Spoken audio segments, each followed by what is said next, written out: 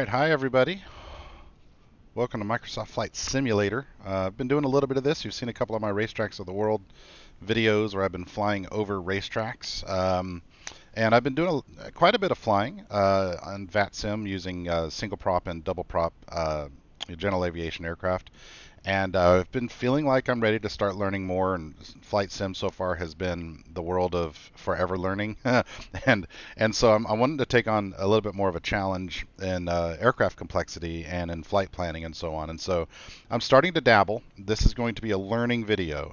I've goofed off. I've done a little bit of learning. I've done a little bit of reading. I've watched some videos, and this is going to be like my first real attempt to do a significant flight of distance at high altitudes, trying to be as proper as I can with flight planning and stuff. I will not be on VATSIM because I might screw everything up. I might want to restart. I don't know yet. But I'm going to be trying to fly from Ocean City, Maryland, to Atlanta. To show you the flight plan here, we'll put it on VFR. It's a little easier to see. But I am here in Ocean City, Maryland, and I've planned out a route to get to Hartsfield International in Atlanta. So I've got my waypoints plugged in here to SkyVector. I have not looked at MEDAR yet. I've just sort of opened them up, but I haven't looked at it yet. And I'm just going to plug everything in. I have not planned the route inside of Microsoft Flight Simulator, so I'm trying not to use that crutch. I want to do everything in the plane as much as possible here. So with that said, I'm going to go ahead and jump on in. And I've got a checklist. The plane, of course, itself has a checklist, but I've got a checklist that I can use. The way the sun's hitting things kind of makes it hard for me to read, and I have turned off tooltips, so that might be a bit of a challenge, but we'll figure it out. So first thing I'm going to do is I've got a hot button for this one. I'm going to turn on the battery, and we can see we got stuff here, so I'm going to turn off my alarms. And I'm going to go ahead and hook up ground power. So within the mod, one of the things that I was learning is that I am able to enable ground power from within here. But before I do that, I'm going to go ahead and initialize my position. So that is just the GPS. If I understand it correctly, that's the GPS reading where I'm at, and I'm going to pop that into my actual position, right? So I'm going to take this, and I've got that chosen, and so now normally I would go on and do my flight plan. But before I do that, I'm going to go into IDX here and next, and then I'm going to go into mod and turn on ground power, because this might take me a few before I get kind of up and running. And I want to make sure I understand what I'm doing as I'm going, and I don't want to run out of battery power. So everything else here, Imperial, we'll keep it on Imperial, ground on, high yoke, yes. Okay, that makes sense. All right, cool. So let's go in and start our flight plan. So I'm going to be going from KOXB, Bravo there, right on, to KATL, destination. And some of this stuff I don't know yet. I guess that's originating runway. ALTN, I don't know what that means. It's enough that I don't know already, right? So it's 532 nautical miles, it looks like, and I'm going to go ahead and give myself a flight number of, how about FHK 064, FishX 064, and VIA. I'm not sure what the VIA is. I'm not sure if that's like a stop on the way kind of thing or what. So that's going to be worth looking into. I don't know what runway I'm taking off from yet, but I'm pretty happy with that. Now let's pop in our legs. So I've written these down, and again, they're the ones that I popped in SkyVector here. Our legs are going to be SAWED, so SAWED. Pop that in, and that goes in between the departure and the destination. Wakes, WAIKS.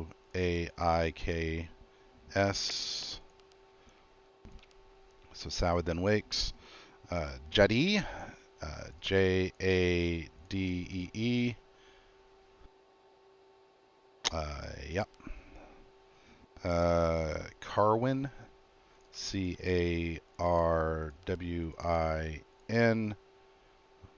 Let's run the next page here. There we go. Not in database. Interesting. Okay, why don't we skip that one then? Maybe well, did I write it down wrong? Karwn, no I. Okay, got it. So backspace Carwin. Where's my? Here it is. Okay. Oh, I lost everything. Huh. Interesting. Okay. So that's I wasn't expecting that. So we'll pop SAWED in again. Next.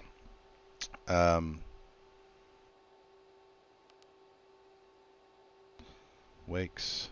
Don't typo, I guess. You lose the whole thing. Unless I did it wrong other than the typo. JADEE.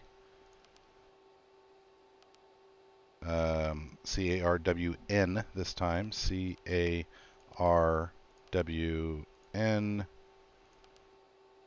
I like that one. AWYAT. AWYAT. And if anyone sees me doing something stupid, let me know about it, so that I can learn. The whole purpose of this particular stream is for me to just simply learn. IPTAY. I got IWAT, right? Yeah. So IPTAY. All right, and that's our legs. So one of the things I haven't learned really is departures and arrivals and whatnot, but I'm going to go ahead and hit execute on that. And our magenta line has changed, so that looks okay. Let's go ahead and move away from the FMC and go through a couple of checklist items here. So CJ4 checklist. All right, parking brake check, battery switch on, emergency light switch arm. I like how this aircraft puts a lot of stuff right here in this spot. What is that one? Avionics switch to dispatch already. Standby flight display switch to on. Although that I hear that's a frame rate sucker, so we might turn that back off. Climate control selector to off. Exterior lights as required. Okay, cabin lights as required. I'm not doing SimBrief kind of on purpose. I wanted to do it in the plane. I'm really trying to learn how these FMCs work. So I know that we can do SimBrief imports on here. I don't even have a SimBrief account yet. So just part of my learning, I was wanting to do this directly inside the aircraft. So got that. ATIS source as desired. So there's an in-aircraft ATIS here that I found yesterday while screwing around with the airplane a little bit. Let me put this to here, I guess. That I found yesterday, and I want to I'm try to get ATIS from that in a minute here.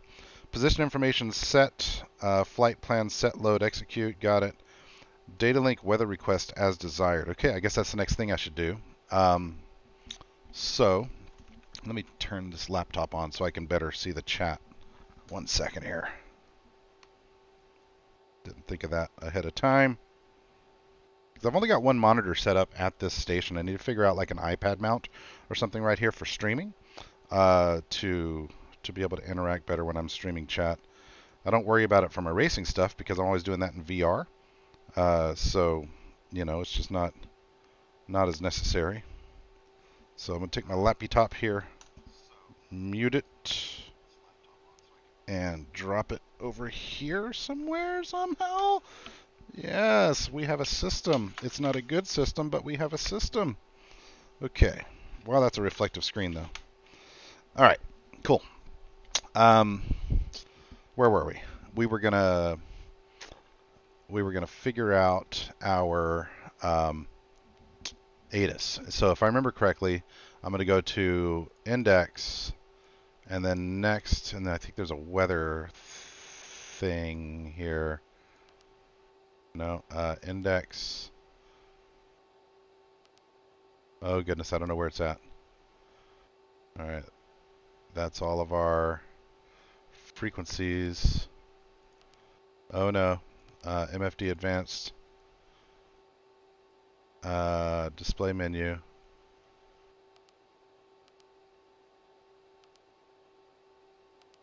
Okay.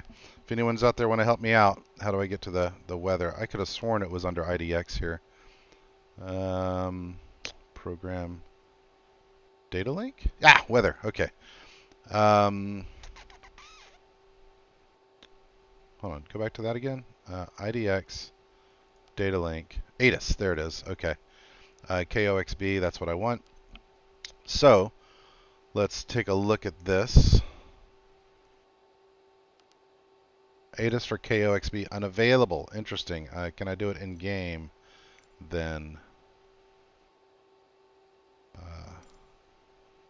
Kilo Oscar X-ray Bravo automated weather observation 1500 Zulu. Wind 302 at 17. Visibility 10. Sky condition clear. Temperature 0 C dew point 10 C altimeter trees. Kilo Oscar X-ray Bravo automated weather observation 1500 Zulu. Wind 302 at 17. 302 at 17. Sky condition clear.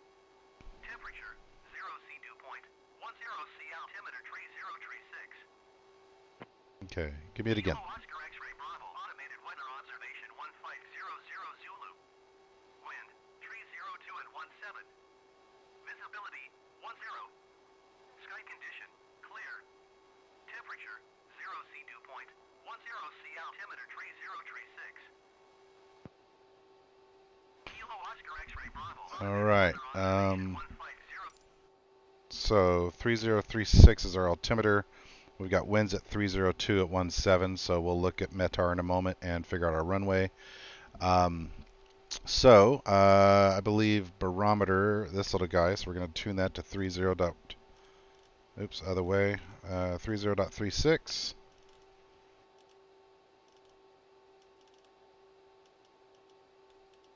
All right, so we got that.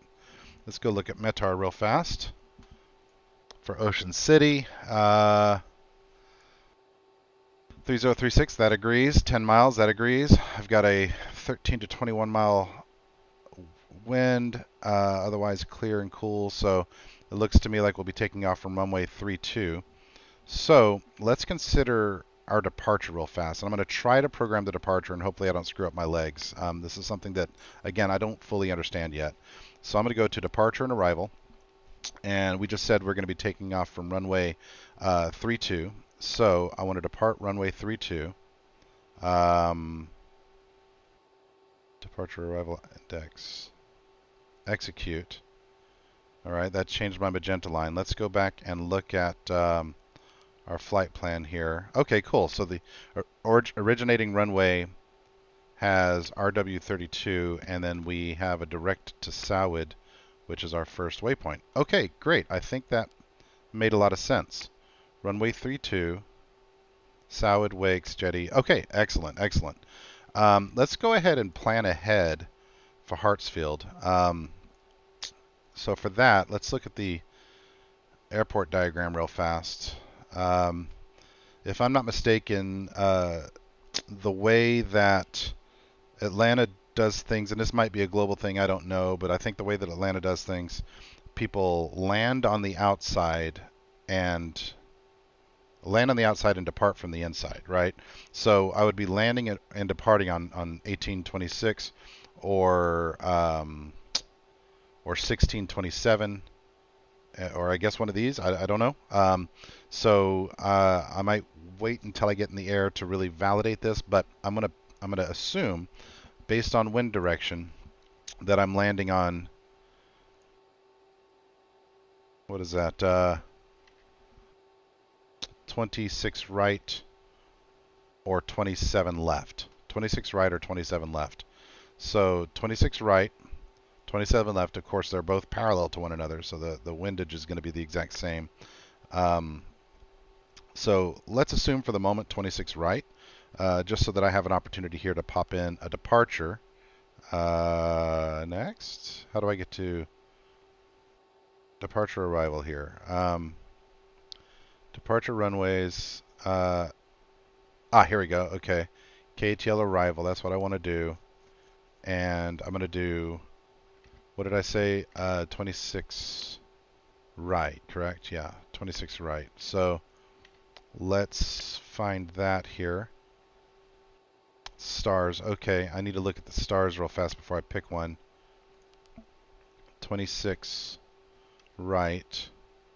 So I've got the Andre 26 right. Let's look at that star chart real fast. And this is an area where I'm still doing a lot of learning. Andre 26 right. Andre 1 26 right.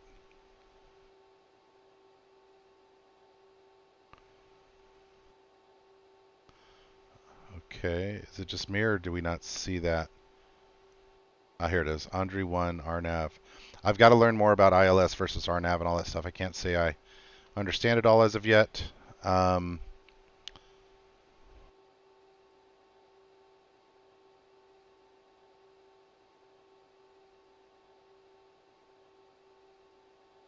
Let's go into World High here. I feel like I want to come in from AJFEB, so I wonder if there's a thing for that.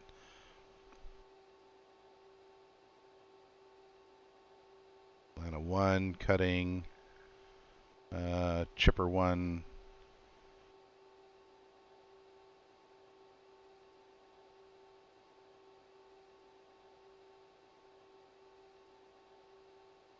I wish they were just listed like from Northeast or something, you know? That, to me, it would be a little bit easier, but maybe they are and I just don't know how to read it. Hold on, what was that one?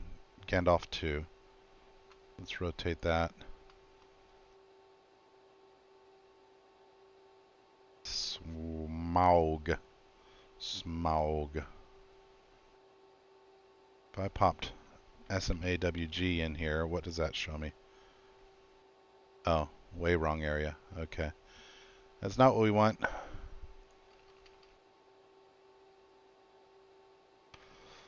What is the best way to do this? RNAV 26 right. If I just stars as wins 4.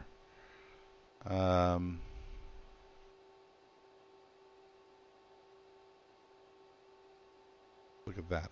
Now this looks like some business. Okay. I'm going to go with that, and I'm going to learn more about that later.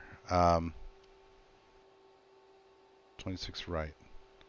I don't know what Yankee and Zulu mean here.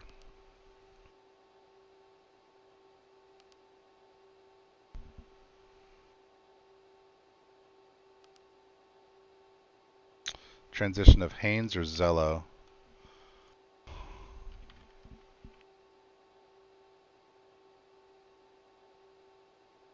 Perfect. We'll go with that, Haynes. And before I execute that, let's go look at our legs. IPTE. And then I've got discontinuity for the Haynes, Bamboo. Okay, I think I dig it. And if I'm not mistaken, I watched the dev video, right, where the guy who modded this airplane went through this, and I think he said to delete the discontinuities, right? So I'm going to go execute, and then clear this, execute. All right. Sawid, Wakes, Juddy, Carwin, Iwat, IPTE, Haynes, Bamboo, AJ, runway 26 right. Troy's hold at. All right, cool. And we've got altitude restrictions in here too. I don't think I have any on departure, but I'll need to pay attention to that when I get closer. I'll also direction 229. So I think I need to go ahead and plug that in to my heading. 229. And no altitude restrictions. So I'll go ahead and set my altitude to, I want to cruise at 41,000. So I'm going to set my altitude to flight level 10,000 at first. Or actually, odd numbers, right? Yeah, 11,000 first. That'll be the altitude that I take it up to. This will be my first time working with this sort of autopilot as well, so I'm likely to make some goofball mistakes there too. But yeah. Okay, so I'm going to start going back to my checklist. I think I've got my flight plan done. Uh, Out there, if you see me doing something wrong, do call it out. I'm learning here. Got ATIS radio. I'm not on VATSIM, but I'll go ahead and take the opportunity to practice that a little bit. So I'm going to tune to 122.8 for COM1. Right, as though I were doing that. And let's say that I called in and got clearance, la-di-da-di-da, and they said your squawk is 7432, squawk ident. Do I turn, oh, here's an interesting question. Where do I turn on the squawk mode? Where's the ident versus altitude mode for the transponder? Where's all that at? I don't know where all that's at, but I've got my squawk code in there. Radar memory, CCP, reps. That's elapsed time. One thing, when I was goofing off yesterday, I couldn't find my estimated time for arrival. So if anyone out there can help me with that, I would love it, as I don't know how that works. 122.8, 7432. Where do I set my transponder mode, if I'm saying that correctly? In the Seneca, there is there's a button for out and a button for standby. And oh, here we go. Hold on. This is it. This is it. But I don't know what TA and RA mean. So I'm going to put it on TARA for now and figure out what that means later. And yeah, let's start going back through our checklist. So radio set. Oh, you know what? Let's use the in-plane checklist. Let's do that. I need to learn that too. So where's that at? Remind me. It is, if I go lower menu, I've got the plan there. Upper menu, checklist. There it is. So I'm going to go boom, boom, and then button push and checklist menu.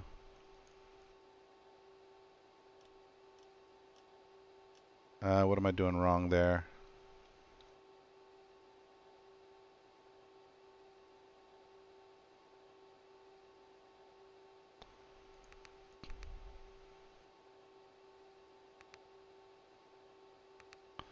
What am I doing wrong there, kids?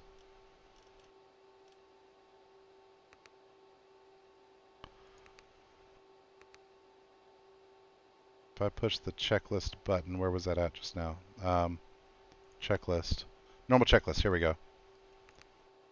Before starting engines. Battery switch, on. Emergency light switch, on. Standby flight display switch, on. Avionics switch to dispatch. Parking brake set. Wheel chocks removed. Cabin door closed. Before starting engines, passenger briefing. I'll go ahead and do that. Let's do our passenger briefing short. May I have your attention? Yes, you may. We will be taking off shortly. Uh, All portable electronic devices, Before starting engines. so tables, Seats, belts, pedals. luggage, and loose articles. Ensure Exterior your lights is seats are required, in so the there's a right panel down here. position. I'll go ahead and turn on Backrest, and fasten logo, your belt and shoulder strobe. harness. I've got some of these buttons mapped over here, so I'll turn on beacon. I'll leave landing off for the moment. Leave landing off for the moment, and I'll leave taxi off for the moment. Just checking my switch mappings there. I'll go ahead and turn on seatbelt and safety there for the kiddos in the back. May I have your attention, Your mama. please? At this time, please comply with the Exterior seatbelt lights. and no smoking I guess FMS is set. Climate control selector to off. Got it. All right, checklist complete. All right, throttles to idle. Okay, before I do this though, I want to turn off ground power. So we'll go there, mod, ground power off. Yes, indeed, I know. And we'll go ahead and start these bad boys up. Boom, raise the shield. You know, the white on gray text, I can't even see the labels over here. But I'm pretty sure that that's idle.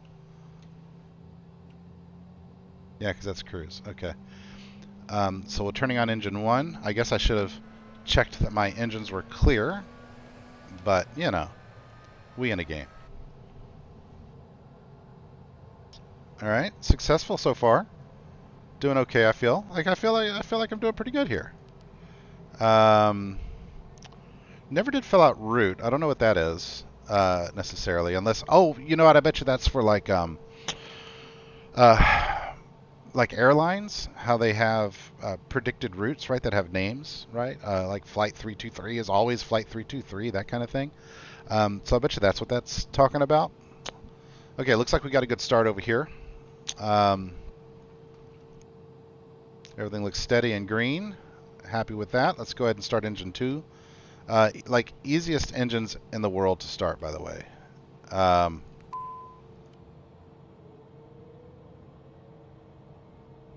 Go ahead and check our flaps here. Check our speed brake here. Let's do that from outside as well.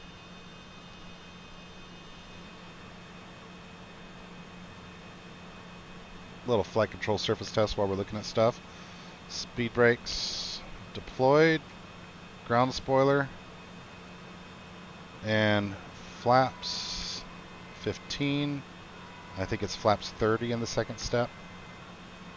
We'll go ahead and leave it at flaps 15. That's our takeoff situation.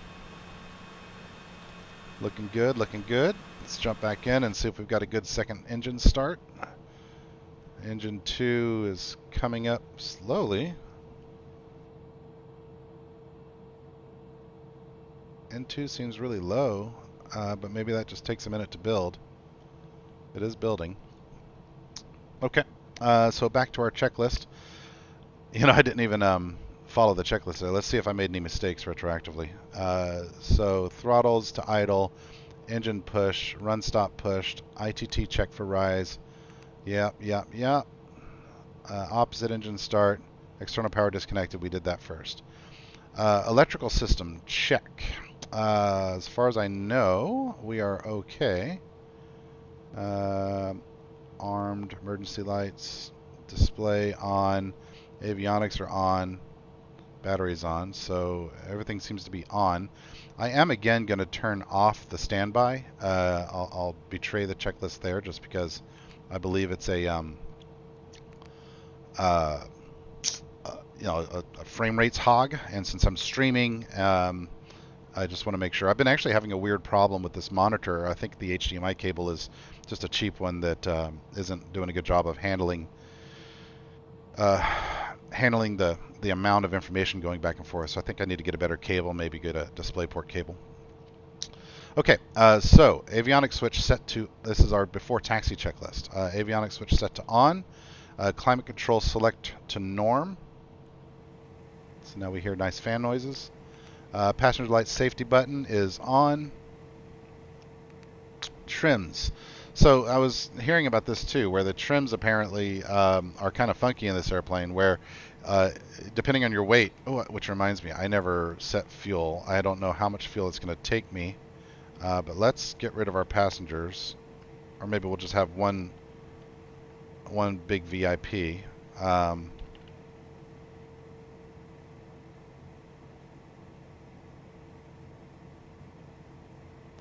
How about we have one VIP in the back? And we pack this thing with 95% fuel. That ought to be enough to get us to Atlanta, right? Oh, so anyway, when heavy, like what I'm understanding is that it'll put the trim kind of at the extremes, even above and below the green here, and it does a lot of it automatically. So I'll keep an eye on it so that I can sort of learn what it's doing, but I don't think it's something I need to be super active with. That said, the buttons are down here. So if I set my rudder trim like so, it didn't seem to do anything. So things to learn there, obviously. All right, let's continue our checklist. Flight controls, ailerons, elevators, rudder, free and clear. We're good. And speed brake, we did that already. Flaps, we did that already. Hydraulic pressure check. I'm assuming it's our oil pressure, flaps. I actually don't see hydraulic pressure listed here anywhere. Interesting. Interesting. I don't know where to look. Maybe it's under performance. Fuel management, flight log, approach, takeoff. La da da da da. Measured manual. I don't see where to look at hydraulic pressure. Can I hide the checklist and look behind it? Not there. Okay, that's something to think about for later. I'm assuming because it's a game that my hydraulic pressure is okay, but I'd like to know where to look. Engine only anti-ice. It is not cold enough to worry about that. Takeoff data confirmed set. Avionics check set. Autopilot engage disconnect. So I believe for that all I do is hit autopilot. I see flashing, and then I click autopilot again. Okay, so that was engaged and disengaged. Altimeter set check. Our METAR was 3036, correct. And pressurization, I think we're okay there. Again, it's a game. I heard something about ICAS not being modeled, which is great because I don't even know what that means. And we aren't worrying about doors. Checklist complete. Taxi, exterior lights. So now we'll turn on our taxi light. Got it. And brakes, apply, hold. So I've got my parking brake on at the moment. Parking brake release. Brakes, check, check, check. Flight instruments. Okay, so before we do all that, though, I want to look at the airport chart. It's something I actually struggle with quite a bit, is navigating the airports themselves. So here's the VFR in-game map, and it looks like this is runway, is that 22? Is that right? Let's look at our airport diagram. Oh, awesome. There's no airport diagram.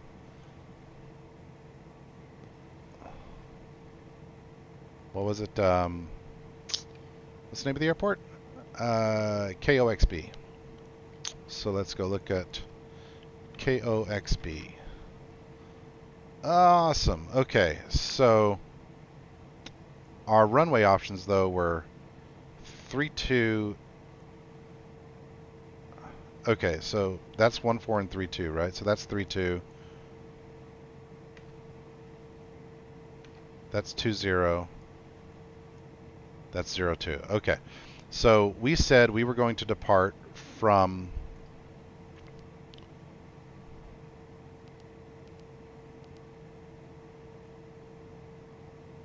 departure arrival.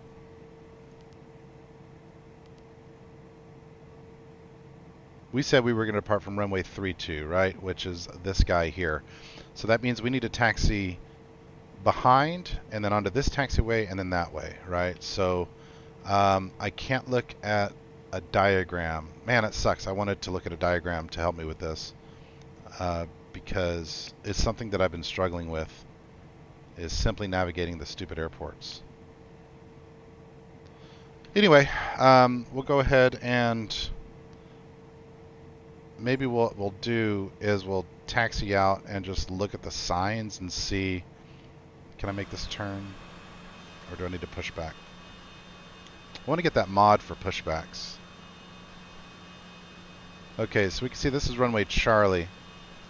So the way ATC would do this is they would say, well, they'd give me whatever the name of this is, and then I'd take Charlie and then hold short runway 32 is what they'd say, right? So let's go ahead and we're going to hold our brakes. I don't have pedals yet, so I got to do it with the throttle. Parking brake release. Brakes are held.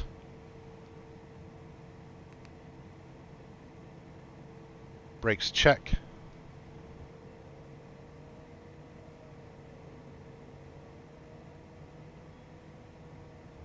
Brakes check. Nose wheel steering check. Let's go ahead and look down. Well, I guess I can't see it until I start moving, huh?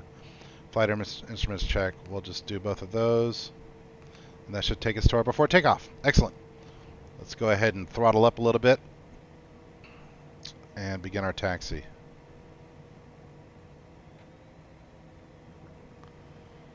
Sorry, bro, for killing you here.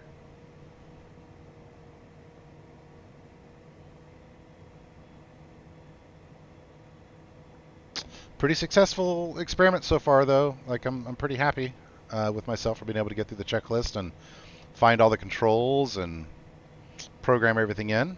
You know, now comes the real challenge of doing the whole flight, managing the autopilot, and all that stuff. I've already set my flight level to 1011,000 and my heading. So when we take off, we will turn to that heading. Alright, so they would be saying take Charlie to Bravo. So they'd say taxi runway 32, Charlie Bravo. Ugh, I've got to get some pedals, man. Not having pedals makes ground maneuvering so difficult.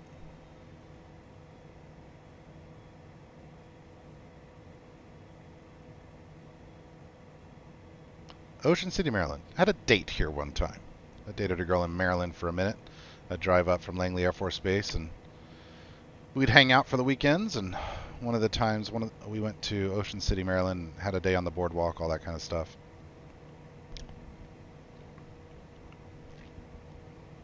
Using my joystick in front of me, I don't have a yoke yet. It's one of the investments. I'm waiting for Honeycomb to release their Charlie pedals, and I want to just get the yoke and pedals at the same time. So that's $600 my wife doesn't know about yet that I need to spend at some point soon. Oh goodness, why is my N1 so much lower in engine number 2 than in engine number 3? Maybe someone out there is a Citation expert and can tell me about that. Okay, so at this point I would, I'd probably go through my before takeoff checklist and then announce myself, right? So got the brakes held, and what we're going to do is just say ice protection system, we don't need it. Rudder bias system is set. I think that's just talking about the trim. Seats are good. Flaps, check 15. Speed brakes on. Why would I want speed brakes on? Trim set for takeoff. And crew briefing complete. Before takeoff, TCAS, radar, GA button. What the heck is GA button, kids? And what does it do? Why do I want to push a GA button? Is GA button the part of the transponder, maybe?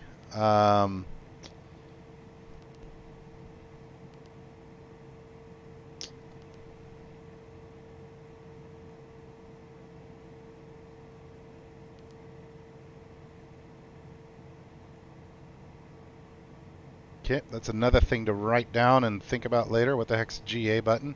I'm going to pretend for the moment that I pushed it. Battery amps. 20 or less. Where does it show my amps? Why is engine number 2? Oh, hang on. That's why. Engine number 2 never started. Ooh, I'm so glad I did that now.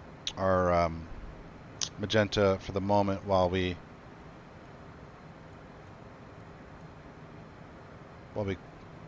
correct to get things right on course, and then we'll start messing with the autopilot in a minute. We're going to cruise at 41,000, flight level 410, which blew my mind. I had no idea that these little jets cruise that high often. But in sort of researching, getting ready to fly this thing, I realized that they do, right? That's like really popular. Okay, let's start messing with our autopilot here. So I need to turn on the flight director, which is here, and I want to set my heading. I've already got heading set to 229.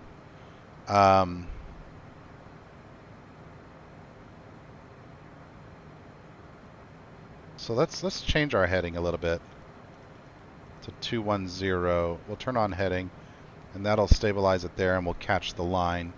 And I want to set my altitude. Right now it's coming up to 11,000. I think I want to set my altitude to 410. So we'll keep it in climb mode. Altitude 410. We are... Let's bump these up a little bit. Hard to see. That's a complaint that I think I have is it's hard to see the labeling on these panels. It's really my only complaint at the moment, but it's a complaint nonetheless. Okay, am I doing this wrong? Maybe if I change this to nav mode.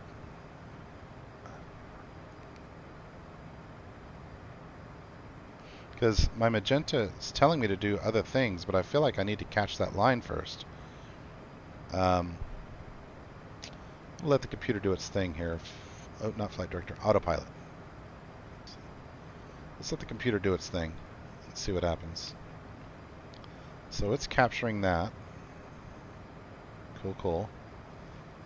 Looking out the window. Let's take an opportunity to look out the window in the midst of a bank. Pretty airplane, pretty part of the country. There's Ocean City right there. Ocean City, Maryland. Gonna work our way up to flight level. Why are we descending?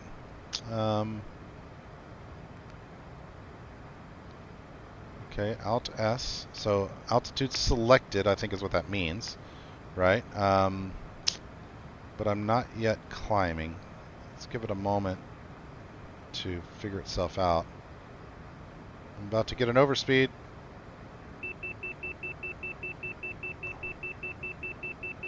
I'm going to put it... There's obviously something I don't understand here about how the autopilot works. Why am I not going up? Do I have that set...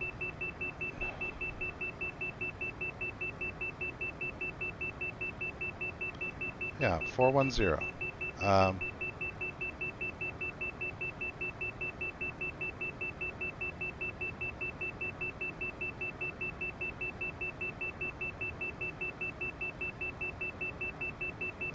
Alright, Ben, figure it out. Figure it out, Ben. Why are you not climbing right now? Let's put it on vertical speed. And let's climb at 2,000.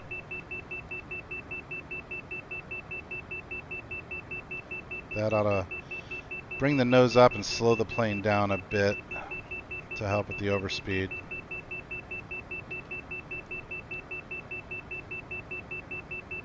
Okay, looks like we've captured our navigation, so putting an autopilot on nav mode was the correct move. And our speed is coming down and our height is going up. But I guess I don't understand why putting on an altitude and then changing this to 41 didn't do the trick there. So if there's anyone out in the chat who'd like to help with that, I'd love to hear about it. Boy, it really wants you to know about that overspeed, doesn't it?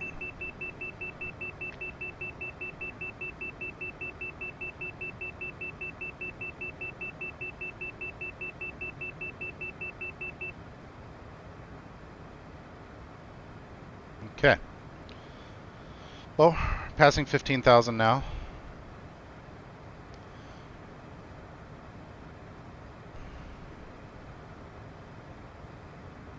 Now we are in the sky. Now here's something I haven't figured out yet in this airplane. And again, if there's someone out there that can help me out, please let me know. Where the heck is your ETE in this airplane? How do I see how much time I have remaining in my flight? I see the distance to the next waypoint, right? And 27.2 nautical miles.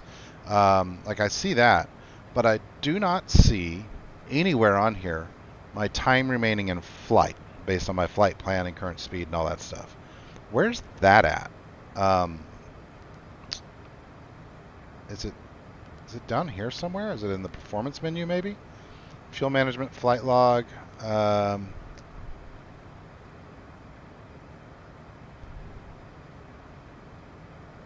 route, 8 minutes. Fuel, air dispatch, performance menu.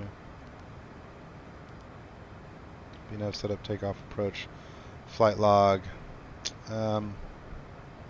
I don't know. I don't see where that's at.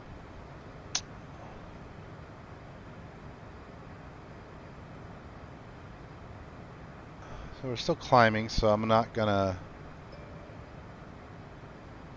let the seatbelt stay on, but I'll allow people to move about because we're just on a nice steady climb now.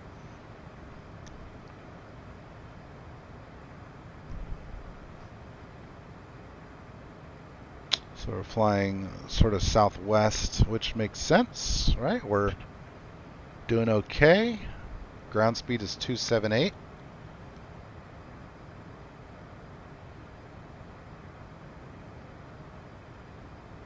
I see UTC. So let's look at some of our options here on our main display and see if I can find my. Oh, that's not what I want to do.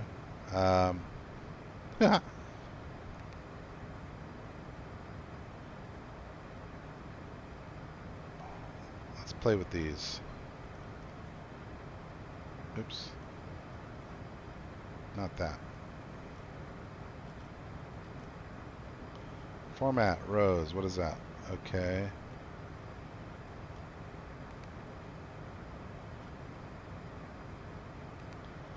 Oh, I like that actually quite a lot, but I think I'll put that on the secondary.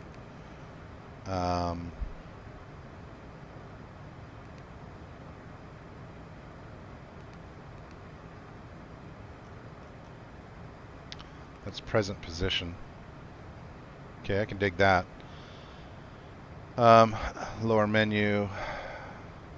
I kind of wish that these two could do different things. In a real-world video I was watching, it was you know, the pilot and co-pilot, like he had airport diagrams up over here, and I'd love to be able to do that.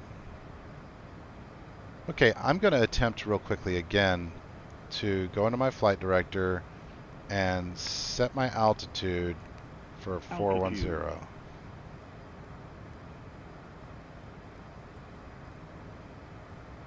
Why does it start diving? Oh no, here we go. Maybe I didn't go into flight director mode or something.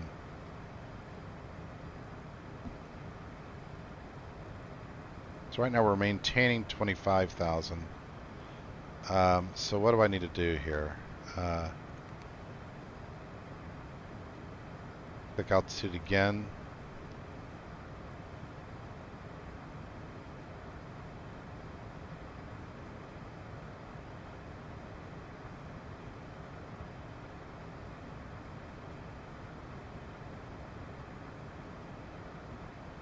There's something about the way this works that I'm not understanding. I feel like it would want to go up a lot faster than that.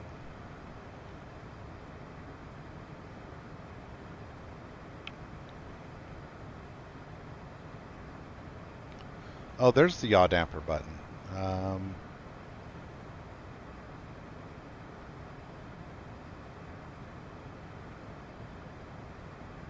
You should climb faster, bro. Altitude.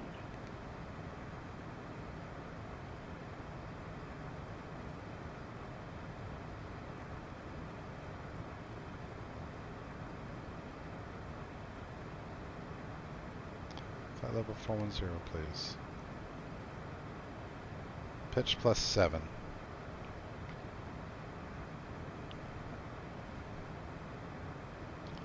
I'm going to let it do its thing here, but I feel like it should be wanting to come up a lot faster than that.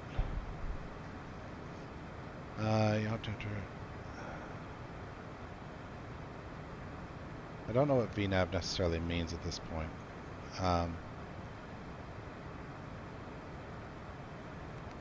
Altitude.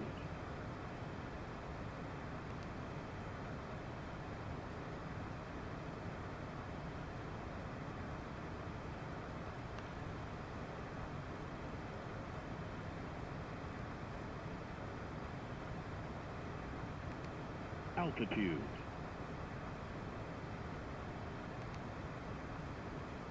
I will figure this out, I promise.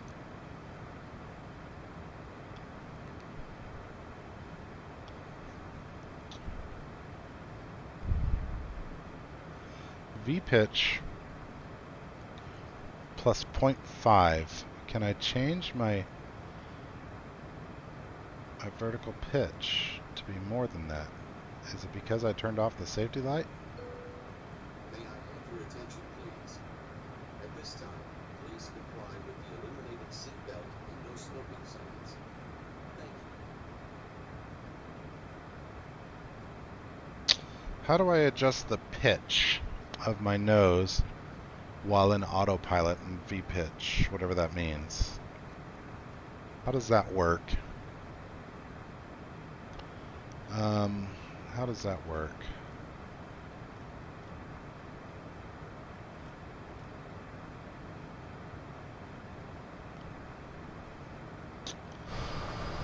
A little bit of sightseeing at 25,000 though. I don't understand how altitude works at this point, so I'm going to go back into vertical speed mode and bring it up at like 3,000 feet per minute.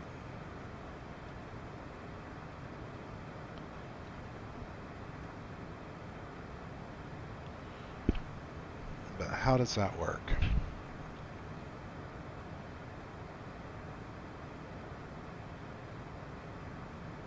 How does that work? What am I supposed to push? Push to cancel.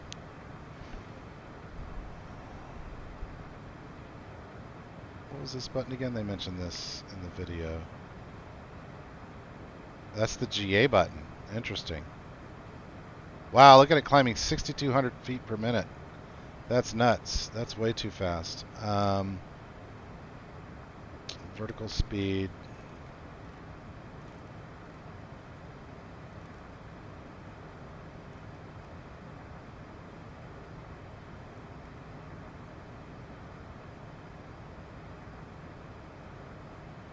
I don't want to stall.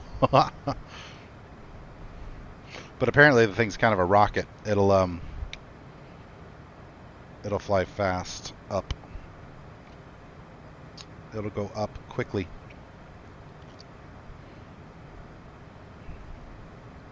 But I think I need to watch some sort of autopilot tutorial on this thing and get better at that, because I'm obviously struggling there a bit.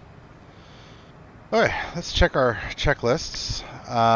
So that's for cruise. So we're not done with our climb yet, actually. So let's get our climb completed, and then we'll do our cruise checklist. Looking solid, though. Flying over coastal Maryland on our way toward Hampton Roads. If we look back at our flight plan,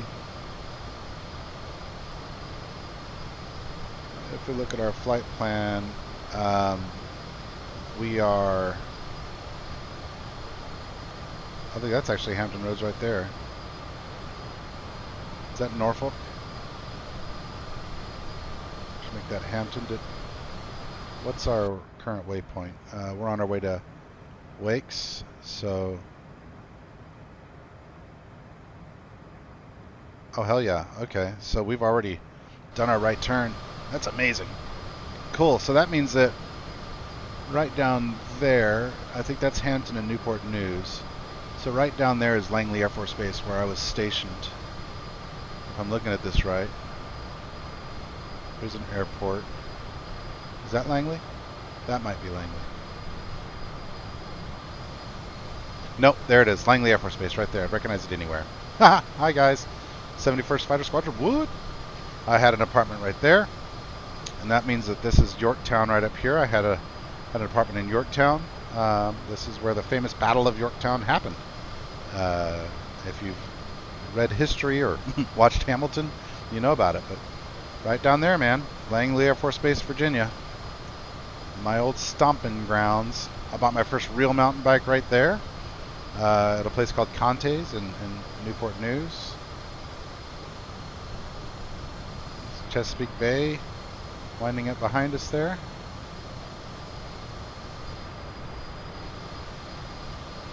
That's crazy. There's the Hush House over there where we used to do engine burns.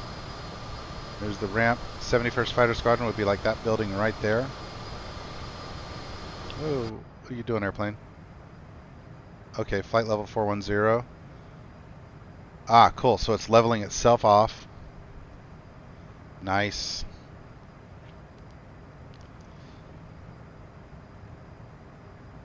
Okay, I'm figuring it out bit by bit by bit. But I'm figuring it out.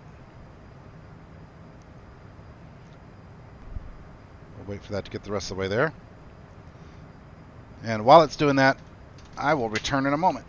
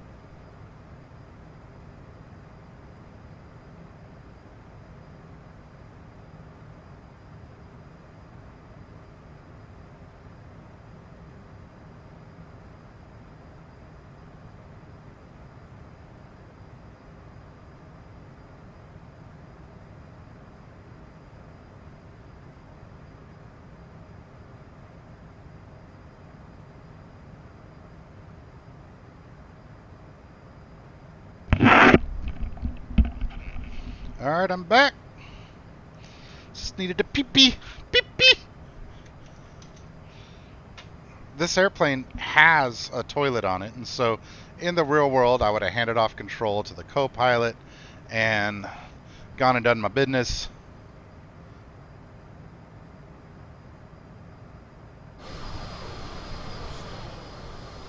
Looky up here. Stall? What are you stalling? Why am I stalling? Why am I stalling? Vertical speed.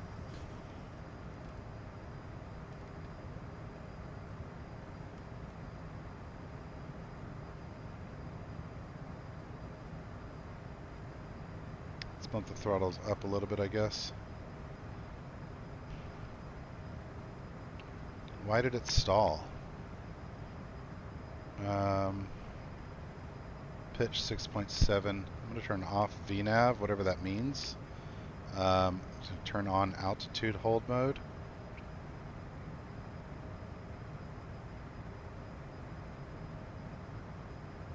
Okay, so we're at 40,220. Let the speed build back up again.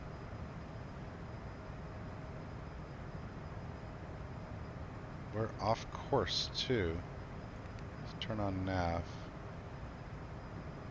At some point I must have accidentally turned that off while trying to figure things out. Can I turn up my speed?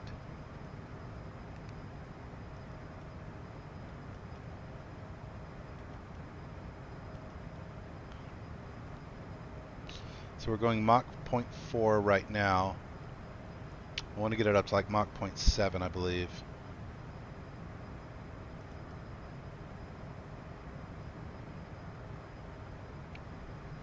Yeah, that was a bit scary.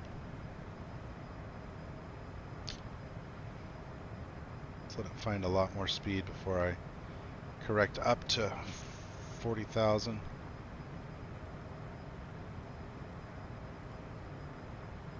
See, now it's doing it correctly.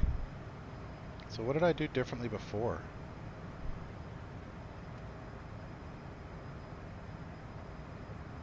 What did I do differently before?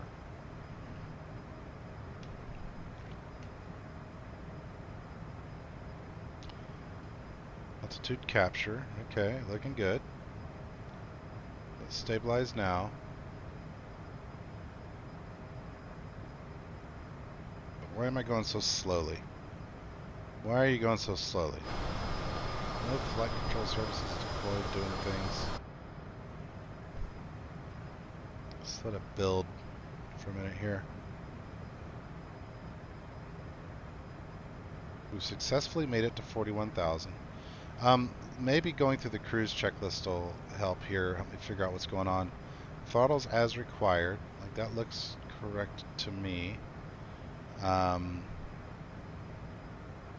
can always adjust them. Pressurization, ice protection systems. Descent's the next checklist. Okay, so there's nothing else to do in cruise except maybe use more power to gain some more speed. Okay, so there's just a big detent there for climb and cruise.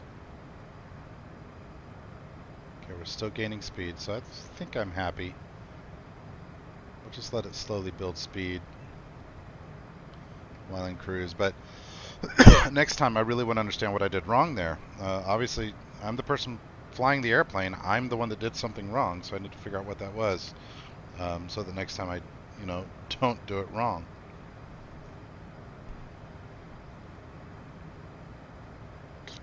So that I don't do it wrong. But we're at 41,000 feet, going half of a Mach. So what is that, about 350 miles an hour? 370? Something like that. And we are oh, okay, look at that. We're in cruise mode now.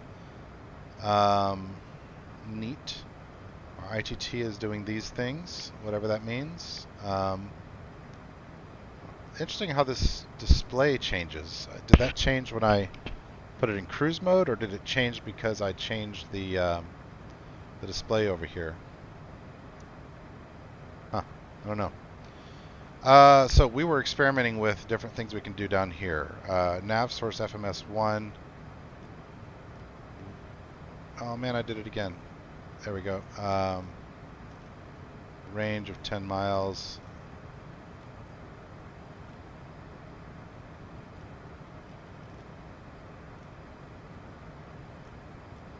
Config. I want to see my friggin' time remaining, man.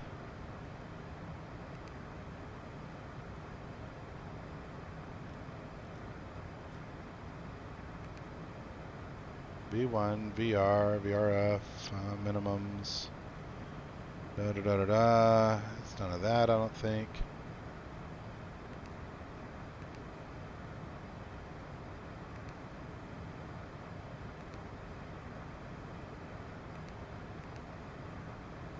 Okay, that's basically a stopwatch.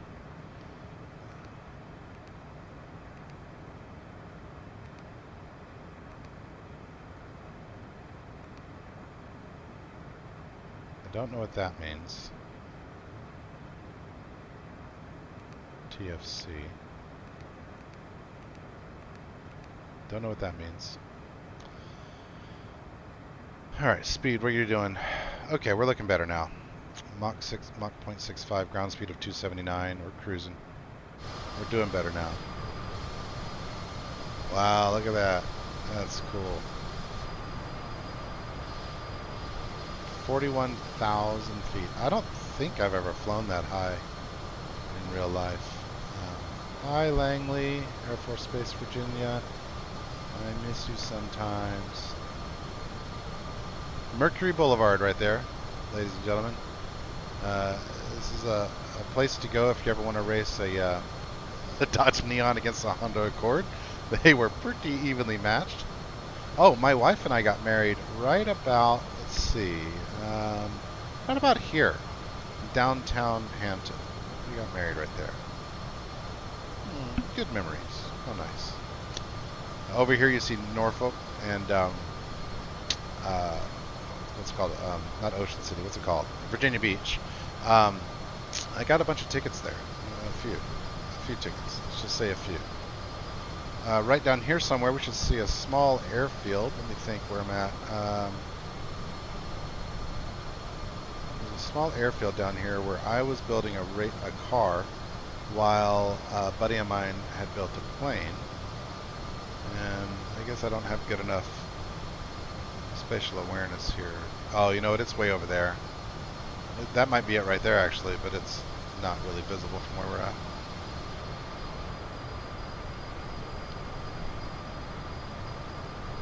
Looking cool, though. Looking cool.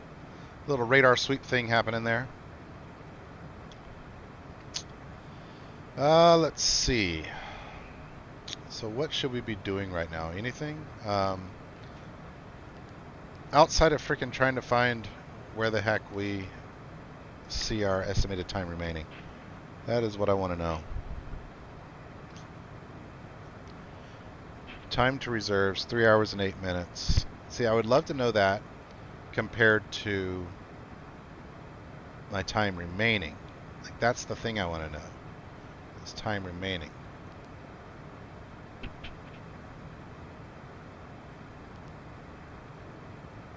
Ah, ETE, there it is.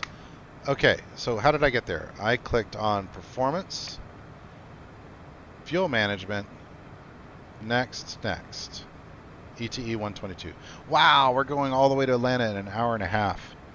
That's nuts. This is so fast. It's so fast and so high. Like look at how fast the ground's going by. That's nuts. Crazy balls. So this is what I'm learning then is that you know, if I'm going to be there in an hour and 20 minutes, then like with 30 minutes to go, I need to have my whole arrival planned out, right? I need to make sure I know what's going on for arrival. At this point, like I'm curious. I'm not on VATSIM at the moment, but I am curious whether this area would be covered in VATSIM right now. So if I were, yeah, see, I'd be coming into Atlanta approach here, but it's weird, middle of a Sunday, that we don't have any coverage in the continental U.S. as far as centers go at the moment.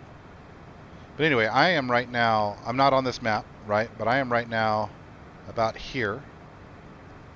I started here, already about here, and about an hour and a half now that I'm at altitude gaining speed, I'll be there. I'll be in Atlanta. So, wrong button. So I need to make sure that I am ready for this. 3045 is what I'm seeing. Now, oh, one of the cool things I found in the airplane that I can go ahead and plan on here is I can get ATIS from within the airplane. So where was it at? It was under index. No, it wasn't under index.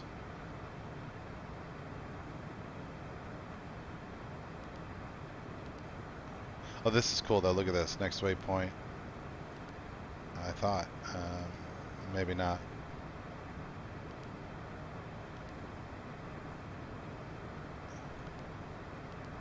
Huh, maybe not. Shoot, I can always forget where this is at. Do I have any messages? No. Good. Tune. Comms are okay. Not that I'm checking them right now. I can never remember where to see the ATIS at. Man.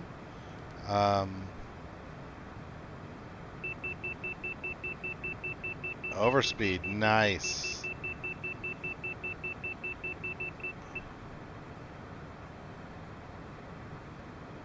An overspeed at 41,000. We are flying. Data link. Ah, here we go. Okay, so where did I go? IDX, data link, ATIS, and then I can type in KATL, send, and I should get ATIS now for. Oh, hold on. Did I do that backwards?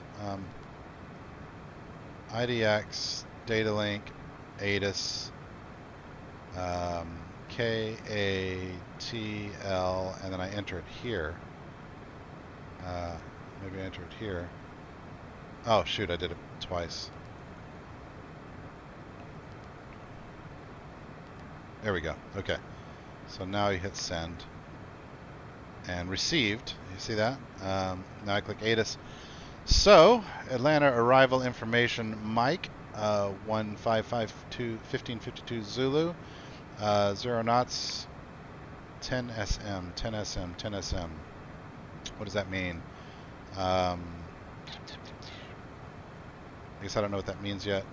10 something clear. Is that visibility? 10 miles visibility? Clear 04M12.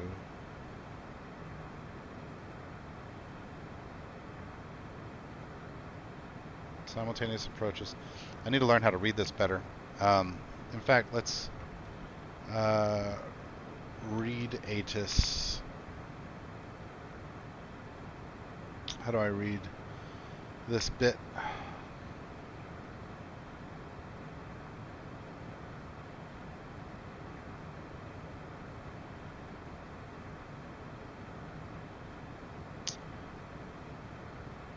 Pretty sure that's visibility, 10 miles. It's clear, but I don't know what 04M12 means, so I might need some help there. You know, let's look at METAR and see if there's anything that would help me. 10 miles. 3045. 3045. Well, that's the altimeter. So I get that. May as well go ahead and dial that in, by the way. 3045.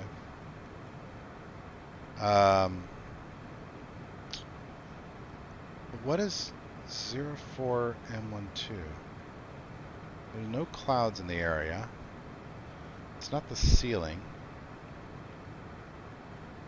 I need someone to help me with that. Alright, so that said simultaneous approaches.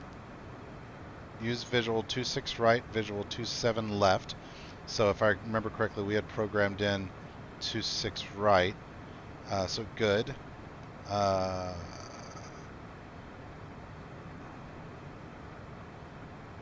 So runway 6, 12, and 10 are all closed. Ramp 1 north, lane closed. Bird activity, vicinity of airport. Operate transponder with mode C. Okay. On all ramps, taxiways, and runways. You have information, Mike. Cool. So at that point then I would see, this is again, I don't know how to change my, I don't know what it means, right? Maybe, how do I change my transponder mode?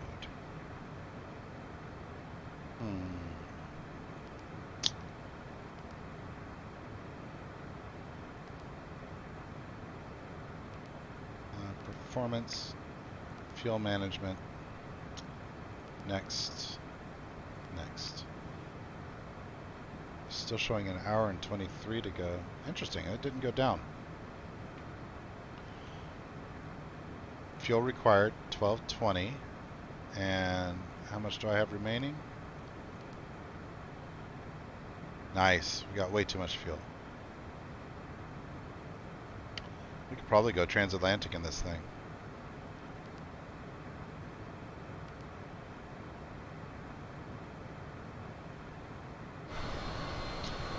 Having a good flight though. Hopefully I can have a good landing. But I'm having a fun flight. Let's mess with some cameras. What do we got in here?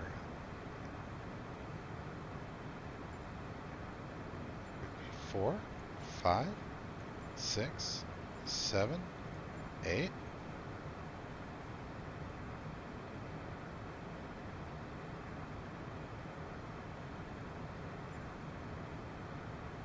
Showcase.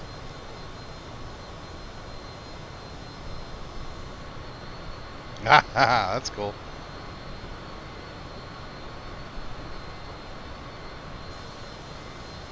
Also cool.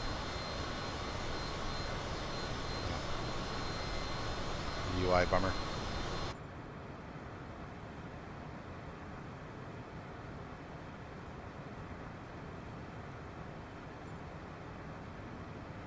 So that's what it looks like to be a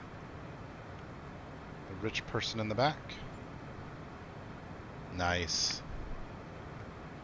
That's super cool.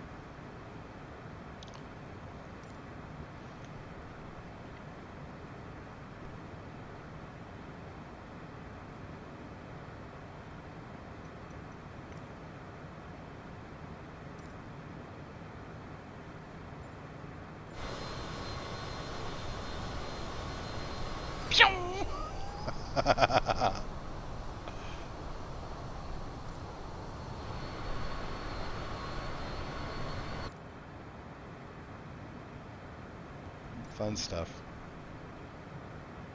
Why is my ETE going up? I guess I've lost a little bit of speed here, but not a bunch. I'm going to bump the throttles back up just a little bit.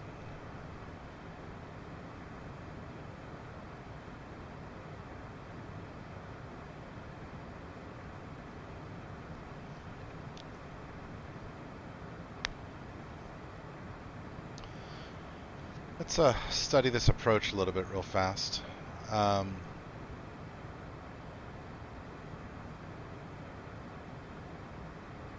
which one did I say I was using?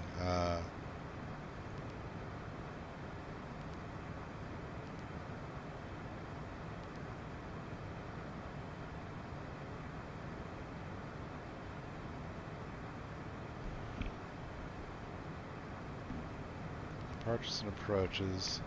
We said we were using RNAV 26 right transition Haynes. So we're going to use RNAV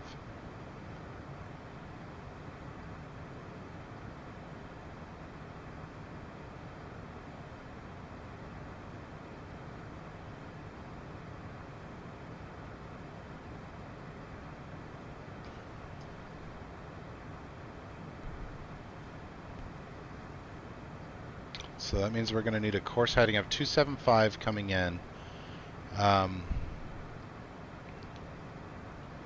Let's overlay this over the high altitude chart. So at this point, that's a 275 bearing. We're going to be coming in at a 244 bearing. Okay, making sense. And I'm going to want to be at 5,000 feet at Zello. Let's find Zello real fast.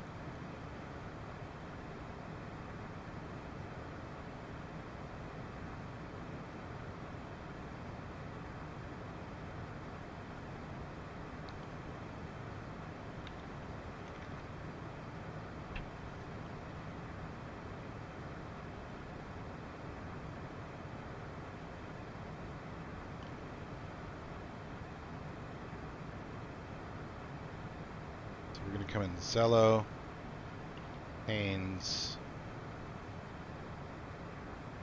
tells me visualize, Bamboo, Edge A, and then we're landing. So 5,000 at Zello and Haynes. So let's play with this real fast. I hope I don't mess everything up, but we're going to transition Haynes. So if I look at the legs,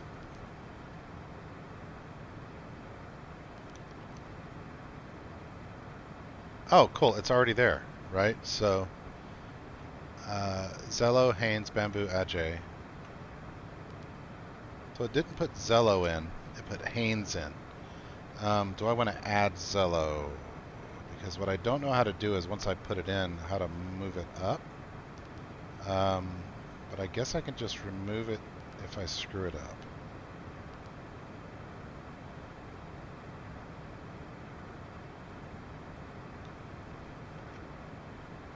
Right? I think. I want to put Zello in between Ipte and Haynes. So if I go Z-E-L-O-W and I put it here, select waypoint, yeah, execute.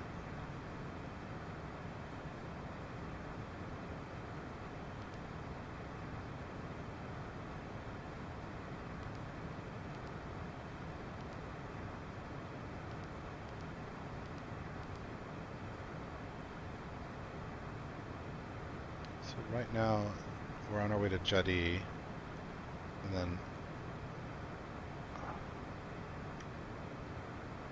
oh no, we're on our way to Carwin, and then Iowa, Ipte. Yeah, where did that go? Oh, what happened? I think I messed up some stuff.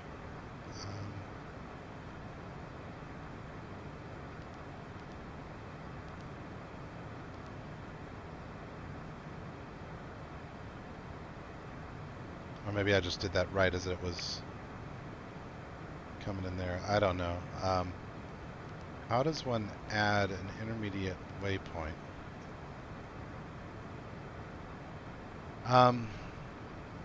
Z-E-L-O-W to there, right? So now how does one move that up?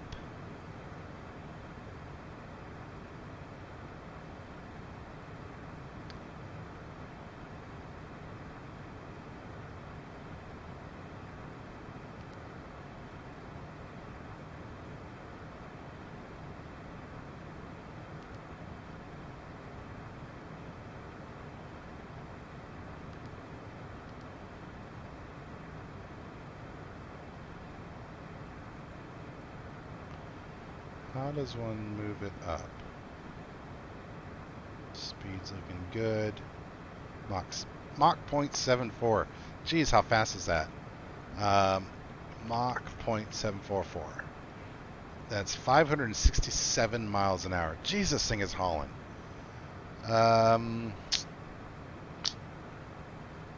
Let's cancel the modification. Okay, so that's another thing I want to learn. How do I add a waypoint into an existing flight plan? I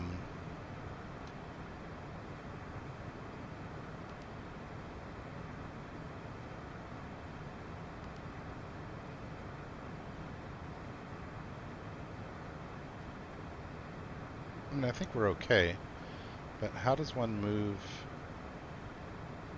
a waypoint? If I were to add Zello in, how does one move it up?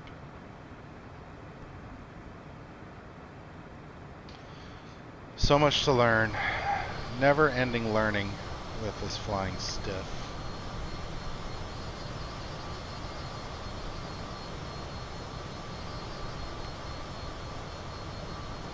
My little dudes. What's up, little dudes?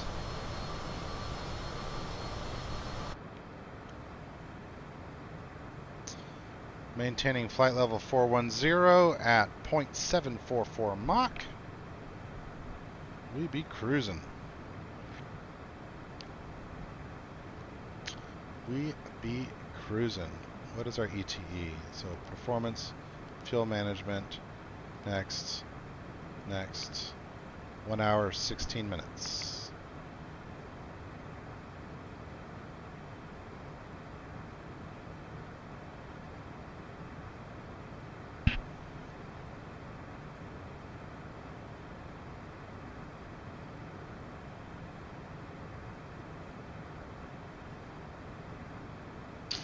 Okay, what we were saying with our approach is this is going to be 275, right? So I may as well go ahead and set our heading to 275. Be ready to switch to heading mode. Excuse me. Whenever we get into the Atlanta area. What else should I prepare? I guess nothing for the moment.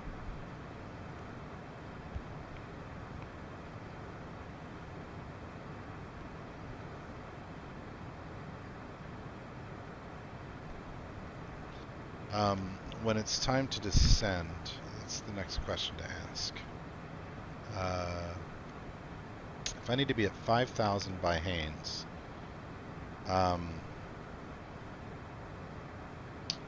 we've got 72 miles there to get from Ipte to Haynes.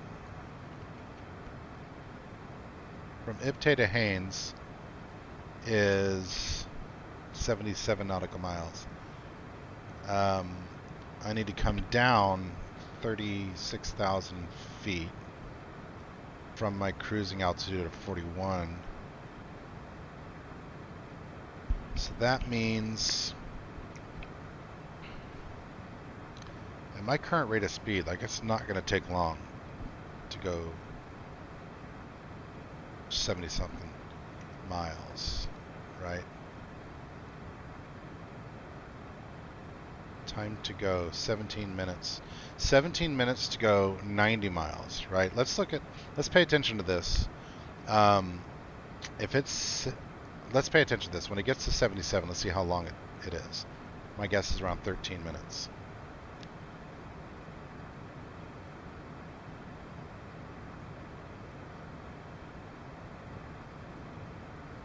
Learning. Learning.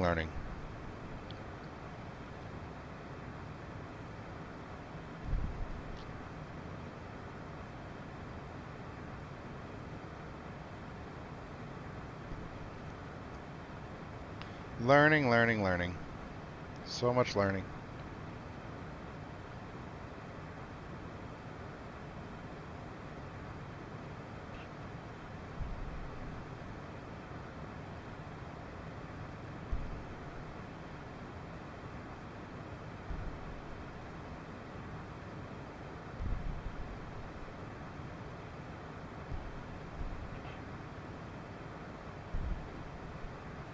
Kind of not much to talk about at the moment because I've got it in cruise. We're at altitude. We've got a steady speed. Autopilot's engaged. We're sort of already planned for our approach, which I guess is a good thing, right? When you're a pilot, you don't want to be behind the curve thinking about stuff. You want to be ahead of the curve thinking about stuff, right? Be ahead of the airplane, they say, right?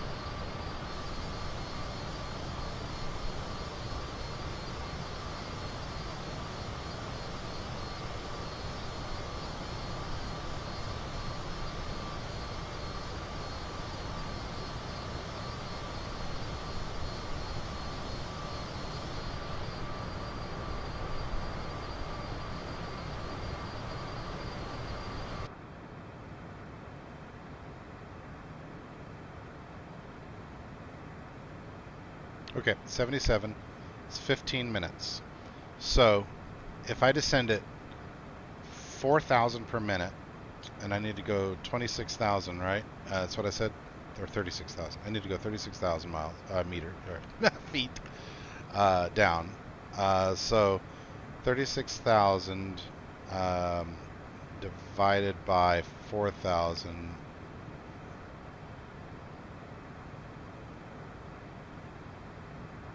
It's going to be 9 minutes descending. What about 36,000 feet divided by 3,000 is going to be 12. So 12 minutes.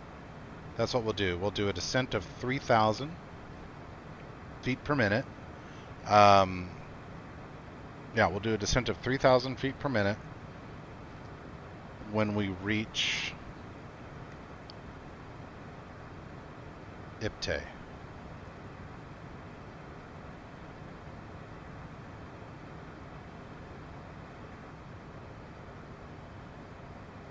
Which geographically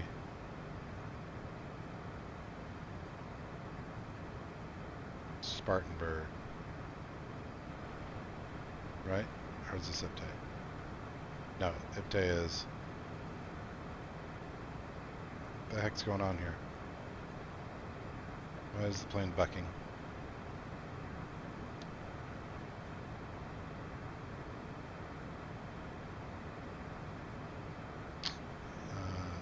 IPTE is sort of in the middle of nowhere. It's at the state line of South Carolina and Georgia.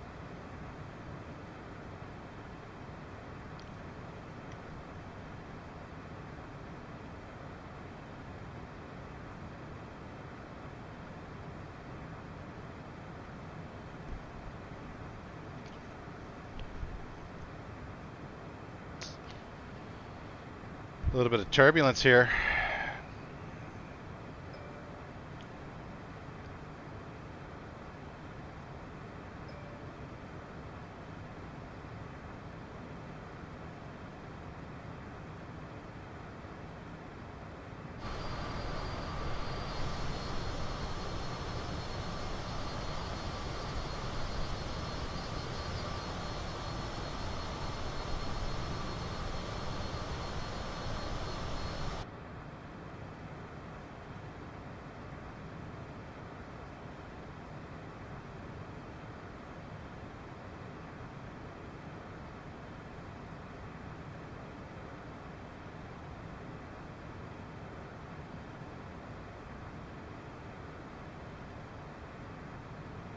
Boy, that's gradual.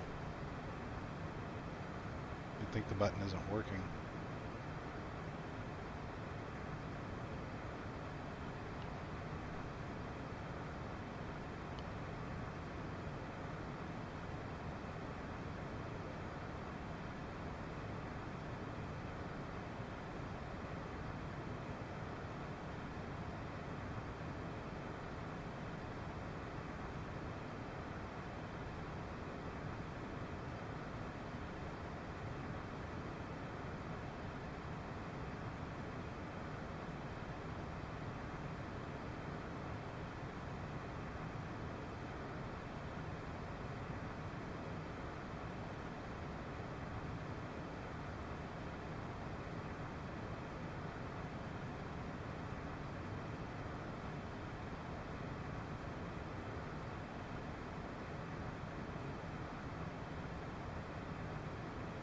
Just looking around, reading, familiarizing myself, learning, noticing things that I don't know what they mean.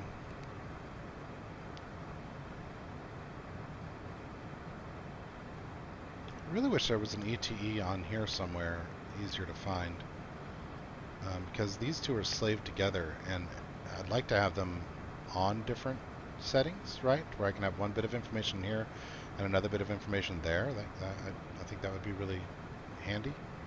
I guess there's not a way to unmirror them that I see. I would like that. I would like that.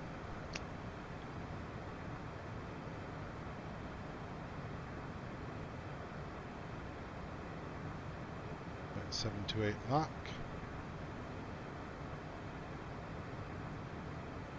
Just cruising, man.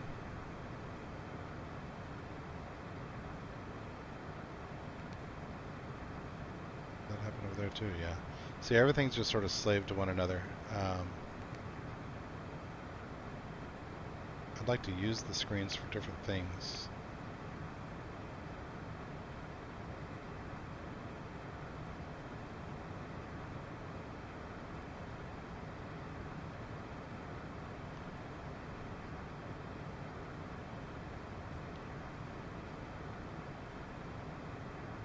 vent marker. I wonder if that...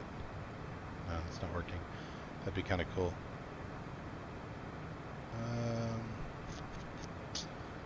Do not see an option anywhere. Let's look at index.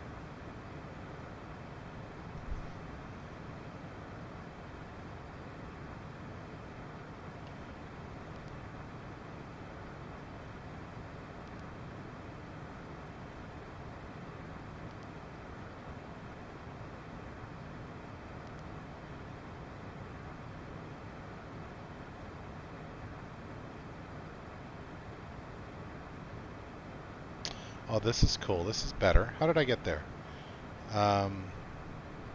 Index.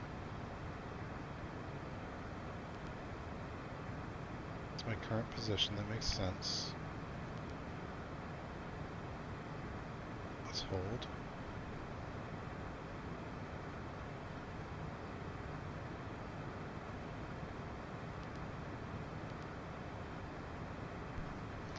Now we're talking. That's what I was looking for.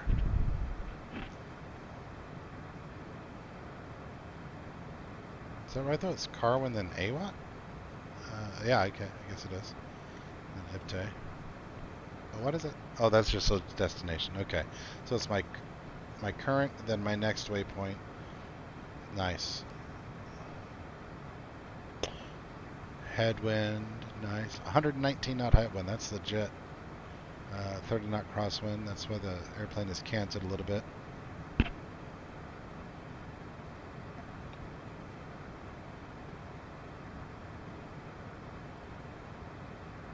What else is in this IDX menu?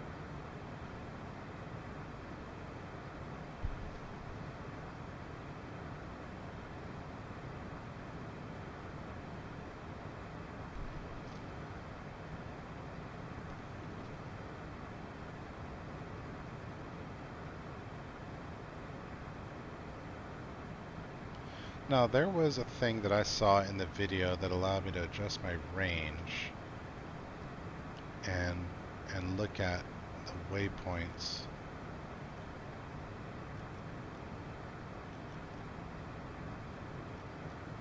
Here we go. There's my range, so I can see the whole rest of the way there.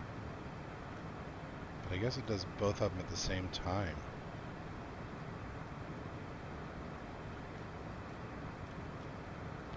Ah, time of descent. Oh, top of descent. Okay. It wants me to begin my descent earlier than IPTE. And I said I wanted to begin it at IPTE, right? That's what I said? Oh, okay. Alright. So we'll do that. We shall follow those instructions. Thank you. I'm glad I zoomed out.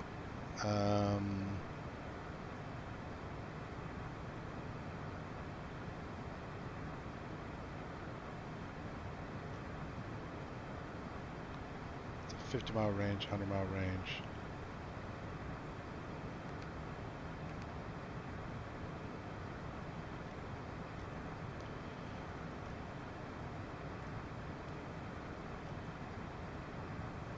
Put it at 100-mile range. And we'll go back to index, program. Nice. I am getting the hang of it though. I am. I can feel it getting better.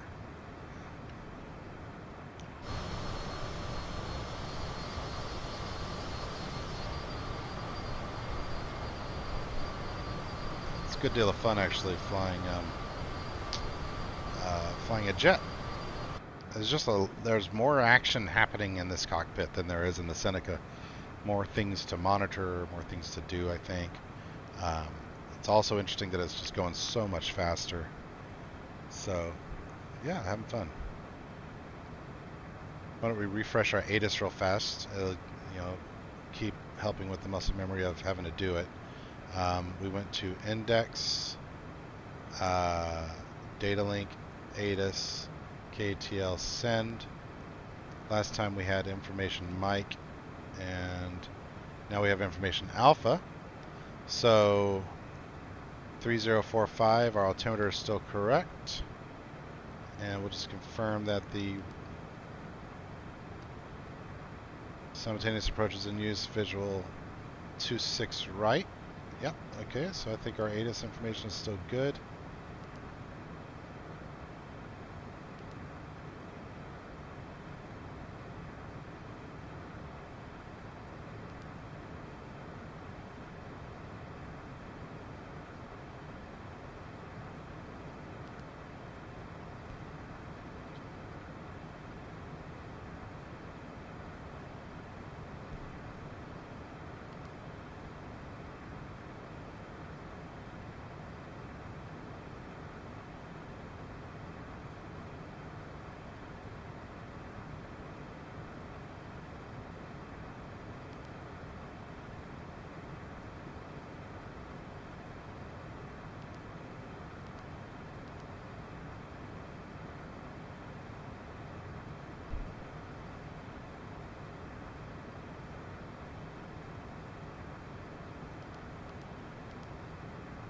I thought I did that earlier, but I guess not.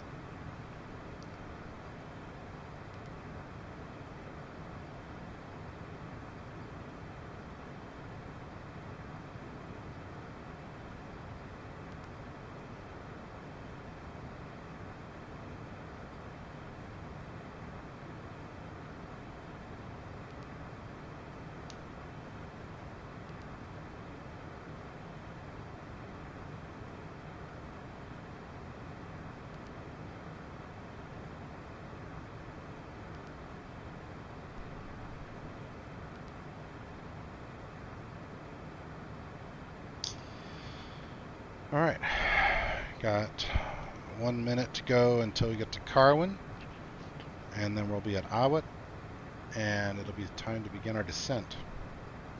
It comes at you fast. It comes at you fast. Let's go ahead and review the descent checklist, I think.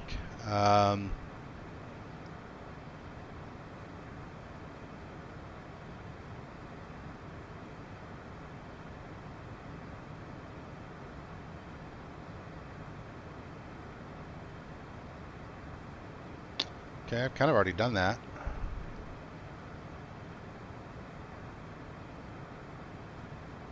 It doesn't say anything about throttles for descent. So, something I'll have to monitor. I'm assuming my job here is going to be to set my flight level, my altitude knob, to 5,000. And just sort of monitor the descent speed so that I don't overspeed. Maybe deploy a little bit of speed brakes and modulate the throttle to get it down to 5,000 without bad things happening. Slew mode.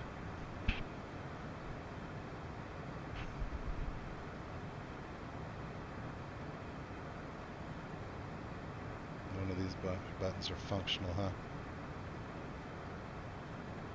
Okay, we'll just keep our checklist up. Okay, we should be doing a slight bank here, very slight to the right. And then at Awit, we'll do a sharper bank in about 12 minutes. Cool, cool. Alright, so descent checklist. We'll go ahead and knock it out. Say pressurization's fine, ice is good. Altimeter set cross-check 3045. Go ahead and just double check METAR for Atlanta. We just did ATIS 3045. Good. And exterior lights are good. Yeah. Normal checklist for approach. Landing data confirmed. Crew briefing. Avionics check. Minimums set. Interesting. Minimums set.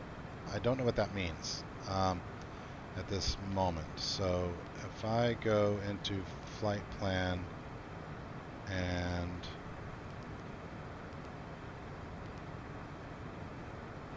like, I think at the end of the day, that's what the waypoints mean, right? These guys, 5,000 or above, 4,000 or above. Yeah, so those are minimums. My minimums are set, if I understand that correctly. Field transfer selector off, which was over here, off. Exterior lights is required. That's when we'll put landing on when we get to 10,000. Everything else is good. And then ice protection systems as required. Page 102.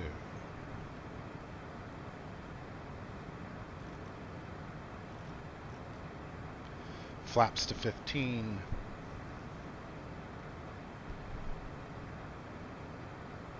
So for approach, flaps to 15.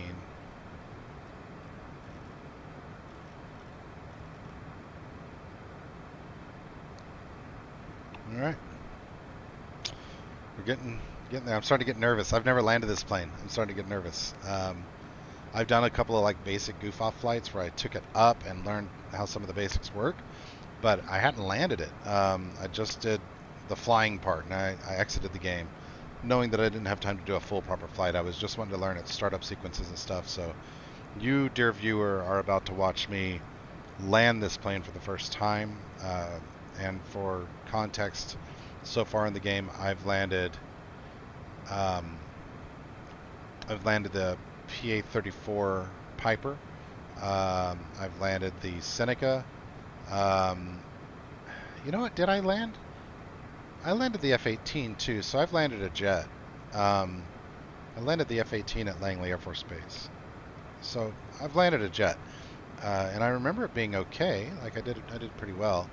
But this is my first Citation landing, so I'm excited about it. A little bit nervous about it. I hope I do well.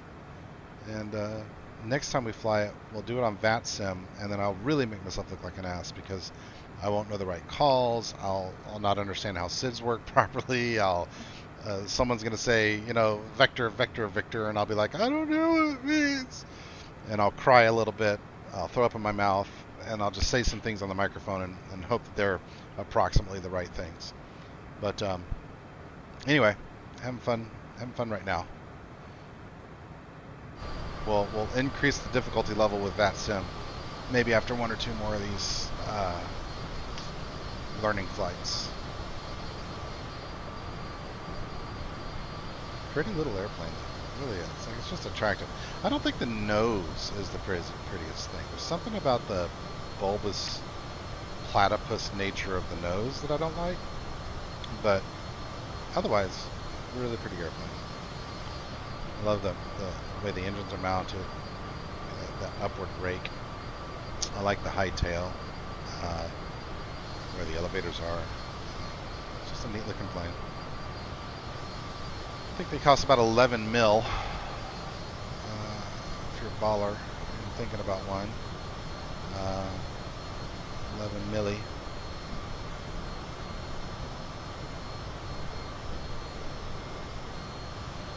It must be completely out of oil because it's leaking.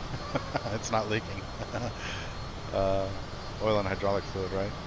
On the F-15, we always said that if you don't see oil on the ground, that means the plane is empty. Kind of like a BMW. So they put those aerodynamic under trays on BMWs is to catch the oil from hitting the ground. And fuel efficiency, fuel efficiency. Sure, it's fuel efficiency.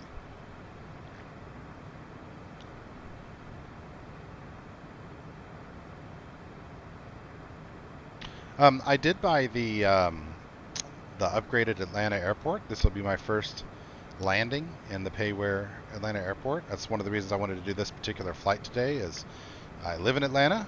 I've flown in and out of this airport a bunch of times before I lived in Atlanta, and a bunch of times since. And you know, it's just like my home airport now, and I kind of want to see what it looks like from this perspective. And you know, for 20 bucks, may as well have the like nice version of it. So it's my first Payware airport. My first thing that isn't a plane that I've paid for in the sim. So I'm interested to see that. I've sort of seen it in that I've taken off from it, but you know, I guess that's just not the same. I want to have to taxi into it and sort of see the runways and stuff and all that. I guess it is the same, but whatever. I want to play with it. I spent the money on it. I get to play with it.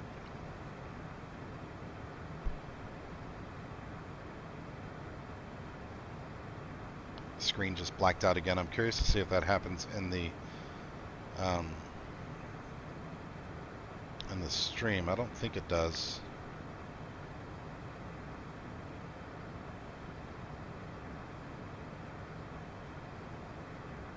No, it's just happening for me. Just got to get a better cable. Need to switch that over to DisplayPort and figure out my cables. I've got a weird mixture of monitors here, and my video card, I think it's got 2 DisplayPorts and an HDMI, and I have to look at it again, but I think I just don't have enough ports to run DisplayPort to this one, but I think I need to make that happen.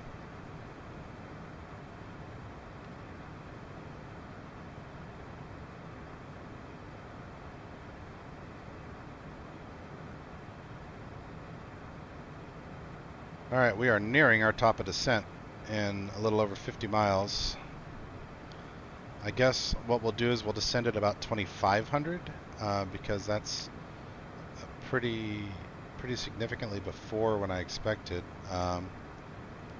Index, where was it? Index program, there we go.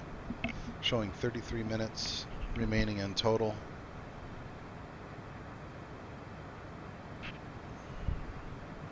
I guess that's fuel remaining in that final column there.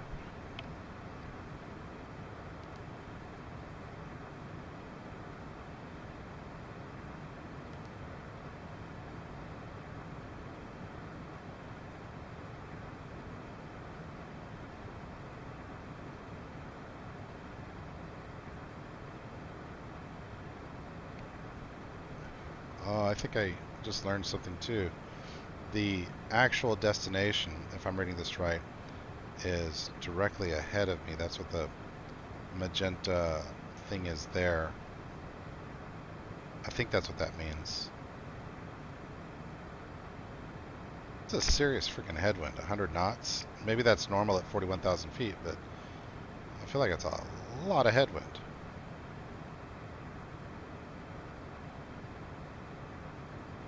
So anyone watching this after the fact, please roast me a bit in the comments. Let me know every little thing I did wrong, but don't be a jerk about it. Explain to me why I did it wrong.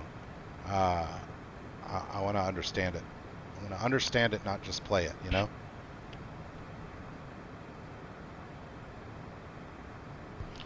Okay, well we're gonna try 2 different things though. When we get to our top of descent, we're going to first just set the altitude knob to 5,000, and because I was struggling with the climb, right?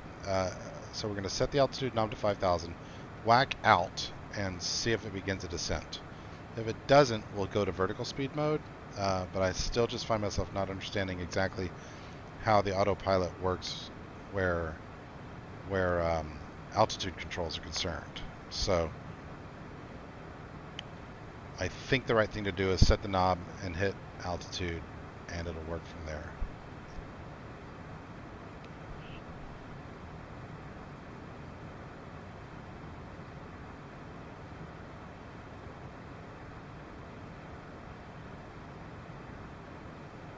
Can't believe I forgot to turn the number 2 engine on until I got to the EOR. That was crazy. That was a silly thing. Rookie mistakes. What are you going to do?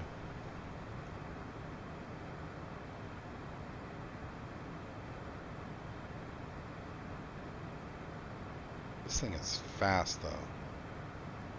I mean, from Ocean City, Maryland to Atlanta in like an hour? That's bananas.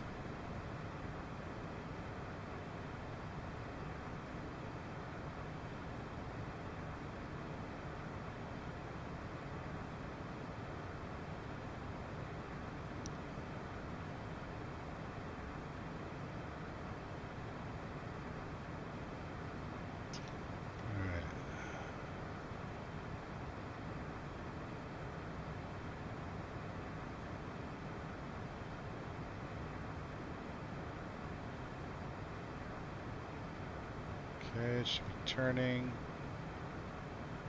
Yeah.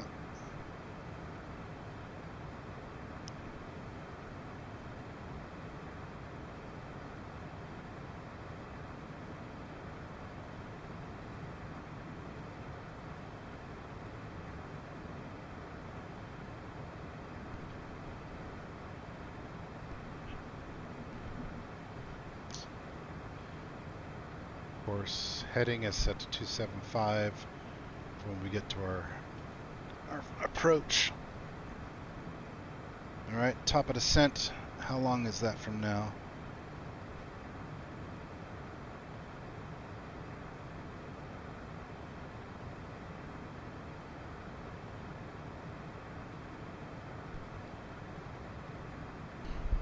Getting antsy. Getting antsy. Ready to do this descent. Let's check ATIS one more time. IDX, data link, ATIS, send, received, information alpha still. Okay. So we're good. Runway 26 right.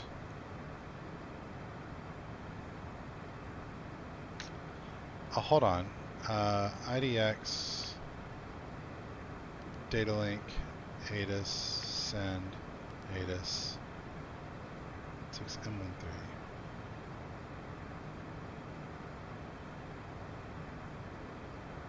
Where does it say the wind here?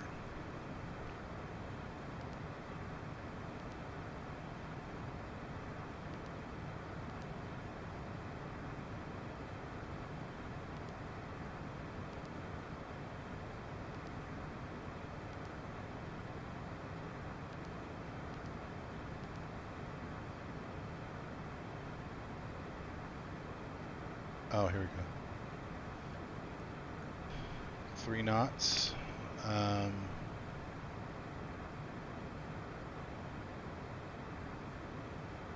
okay, I don't understand that, I don't think. Coming up on our top of descent, though, here. Let's go ahead and...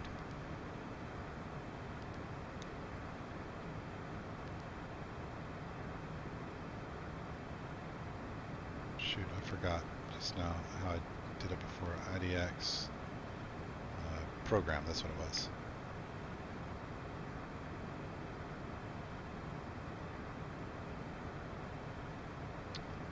Is there any kind of warning or anything about your top of descent?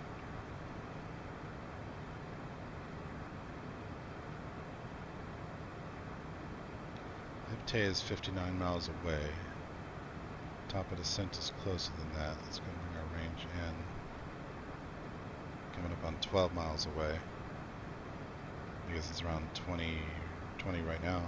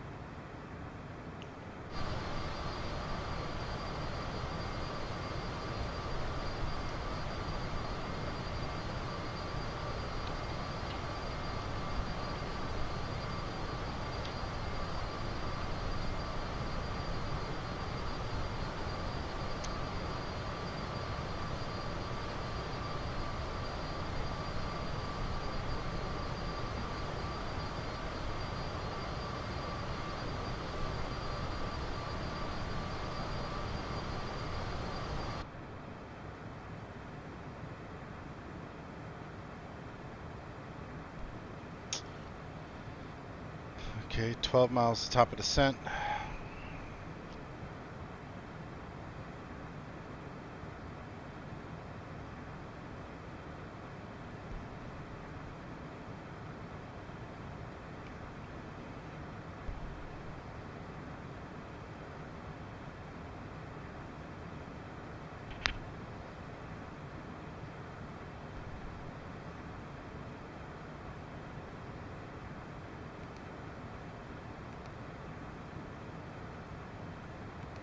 Oh, that's neat.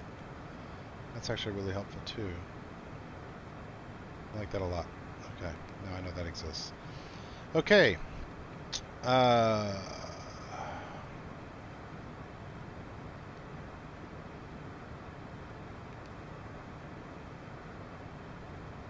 that I know about that, I don't need to do that. I can leave this on. What would be better to hold it on?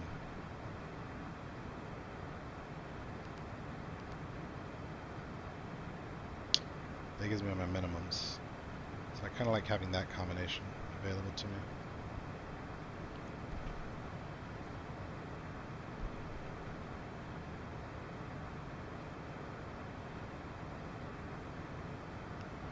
Okay, descent checklist complete. We'll go ahead and set our altimeter to 5,000. And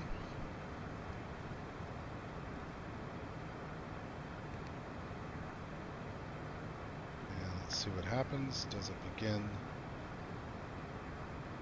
to go down? Not yet.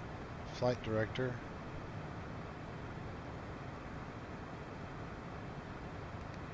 Altitude.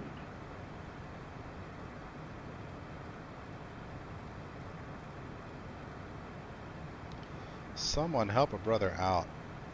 Why do I not understand how this works?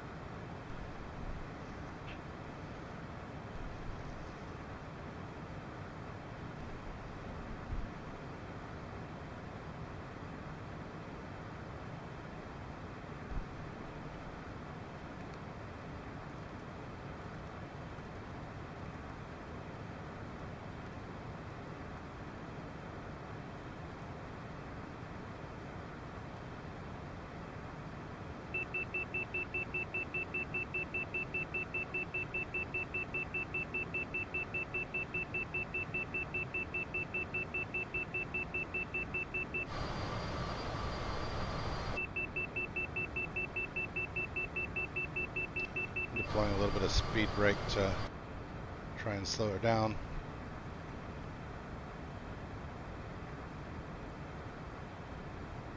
I guess I can bring back throttles as well.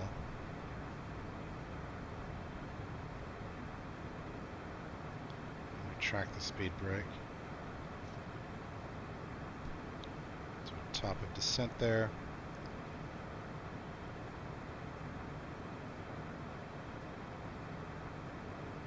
Throttles back a bunch. We're right at the edge of the red.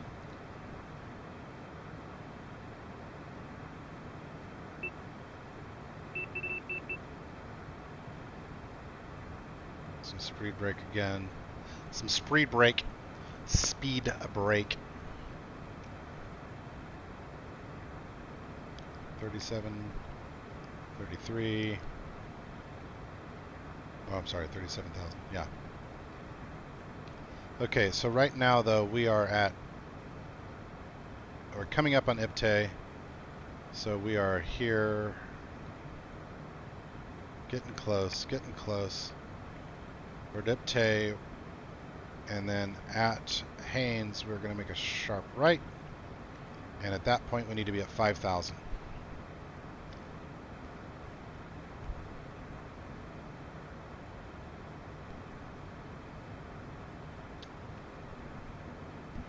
Just need to understand the autopilot. Like, that's the thing.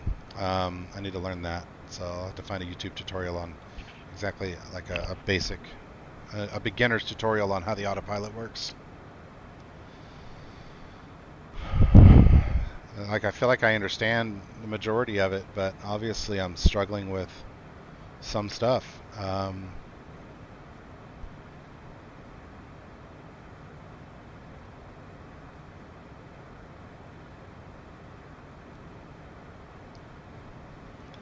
Let's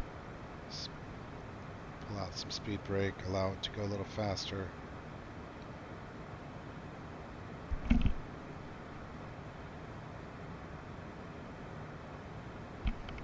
All right, 3 minutes to IPTE.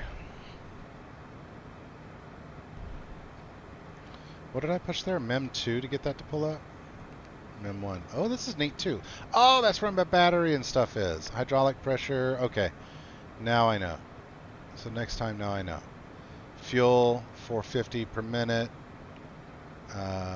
Okay. Okay, so that's what MEM1 and MEM2 do. Need us. What's MEM3? Ooh, MEM1, MEM3, MEM2, MEM1. That's what we like. All right, let's go ahead and go through our approach checklist, though. So landing data is confirmed. We've gotten ATIS a couple of times. Crew briefing. Hey, guys, we're going down to the ground now. Avionics flight instruments, we've been checking those constantly. Minimums are set. Fuel transfer selector is set to off. Check. Exterior lights as required. Check. We are not going to turn on landing lights yet. Flaps at 15. We'll leave that for the moment and do that when we get turned on to approach onto final. Passing flight level 300 for 5,000.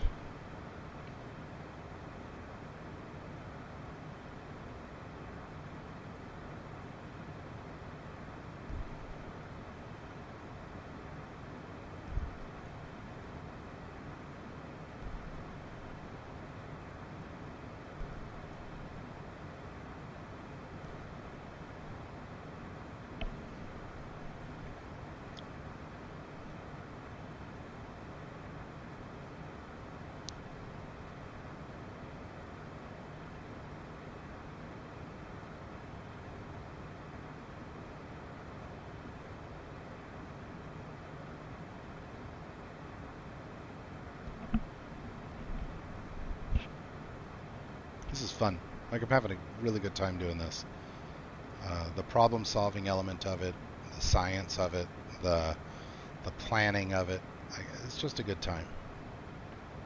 Which is weird, because you just don't think of a commuter flight being a good time. You know, why? Why is it a good time? I guess I don't fully understand it, but yet it is. So we're flying over the sort of Georgia-South Carolina state line right now, which means we're not too far from my house.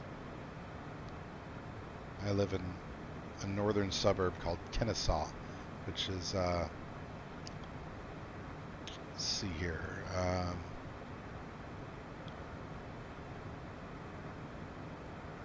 Kennesaw. So there's Dobbins, McCollum. Okay, so this is real near. My house is like right over here, between Kennesaw and Ackworth, that area. And it's not rural or anything. Like it's a majorly built-up area. All right, let's review this again. So at Haynes, we need to be on a 275 for 5,000, for 4,000 at Bamboo. There are no speed restrictions that I see here. Do I know how to read it? Do I know how to read it? Or is that what that is? 200. Excuse me.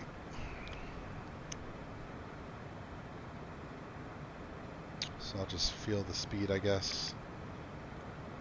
We're going to come in 5,000, 4,000. If we miss, we'll bank right.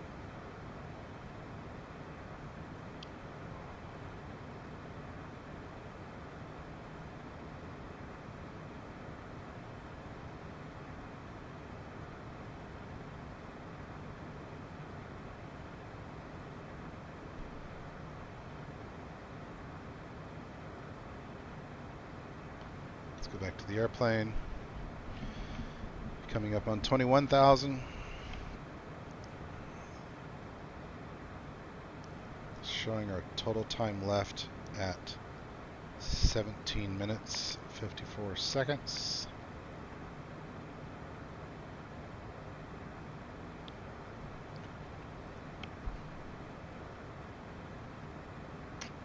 Sitting at 2,000 feet per minute. We're at 20,000 now. So in 10 minutes we would be on the ground, right? So I think we're good here. 11 minutes to Haynes. I think we're good. Now I want to see if this levels off at 5,000 or not. Oh, and what's this red 5,000 right there?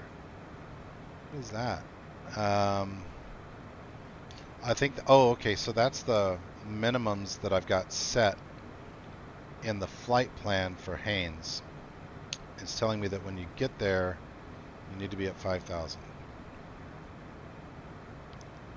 Okay. All right. I think I'm in good shape. I want to see if it starts to level off at 6 or if I need to adjust the vertical speed myself or not at that point.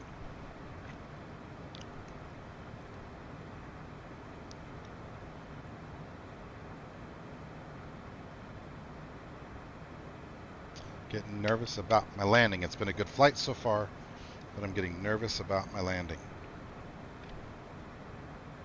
We'll just hope it goes well. Hope we survive.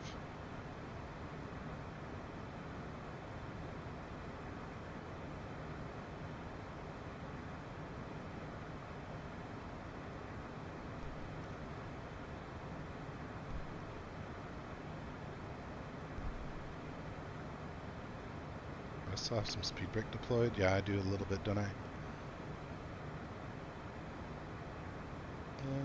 And I'm comfortable with the way it's holding. I just need to remember to put the speed brake back when I get down there. In fact, let's see what happens if I do go ahead and remove the speed brake now. See if I overspeed or not.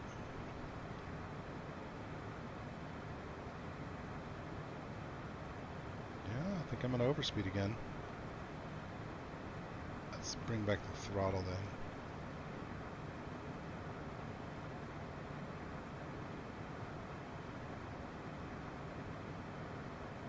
Ooh, it's so close.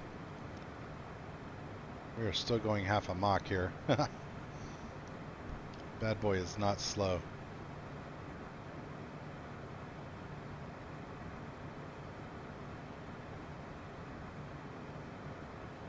Passing 14,000.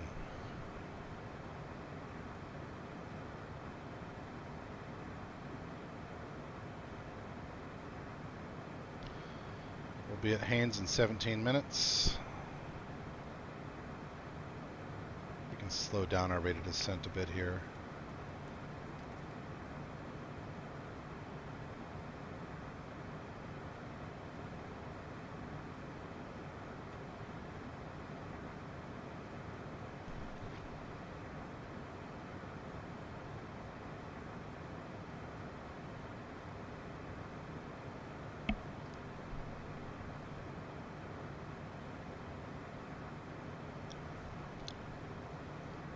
I think this is a pretty long stream.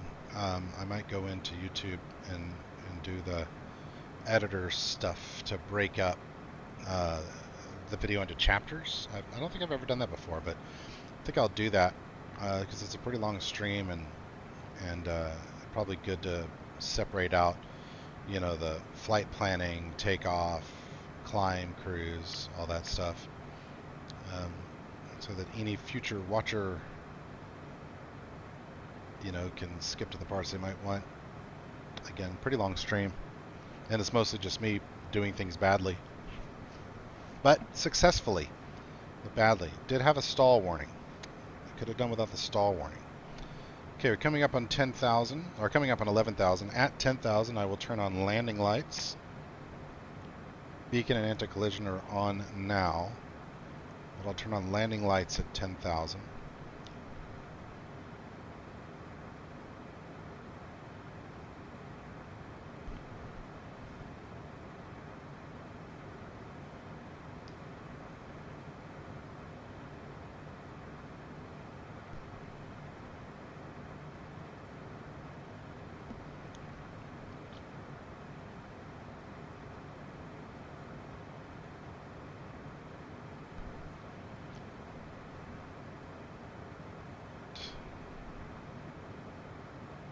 in nav? Is it in heading mode already? Aren't we in nav mode?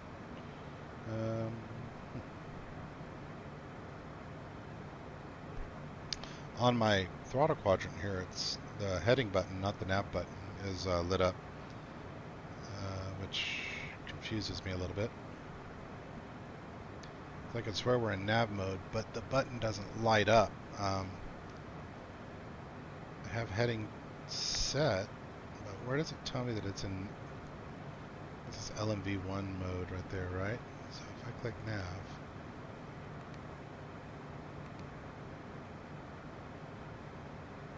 I'm going to do that and see what happens. I think the way it's configured right now, it'll turn automatically onto 275 when I get to Haynes. But that's what we'll check. If it doesn't, then I will disable the autopilot and fly it in manually from there. But I think that's what's going to happen already. Cruising along here.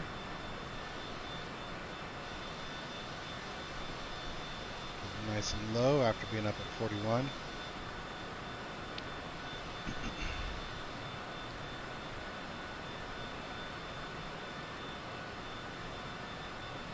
This is probably I-85 right there, maybe.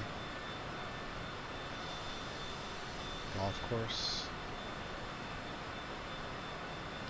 Don't see downtown yet. Shouldn't I see downtown by now? Oh, what do we got? Super duper overspeed. Let's give it a good dose of speed brake here. We'll bring that down.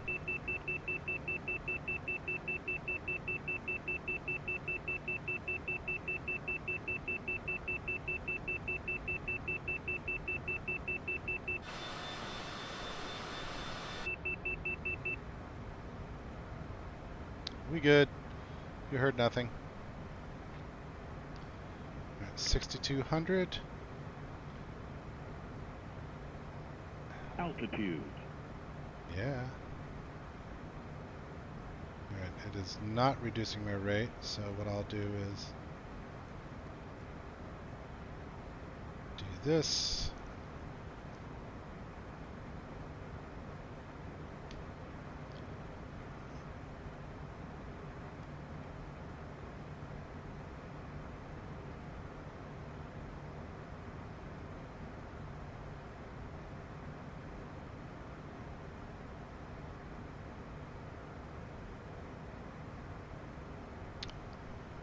Retract that speed brake a bunch.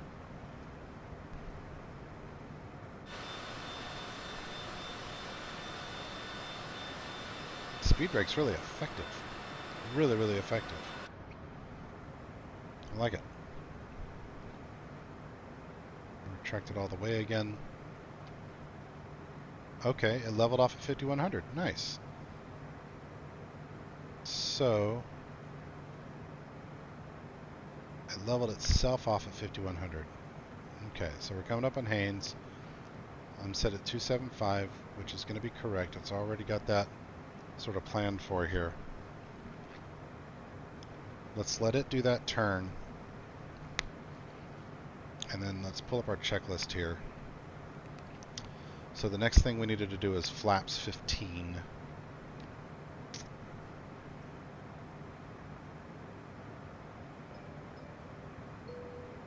May I have your attention, please? The captain has turned on the seatbelt sign. Please fasten your seatbelt and shoulder harness at this time. Thank you.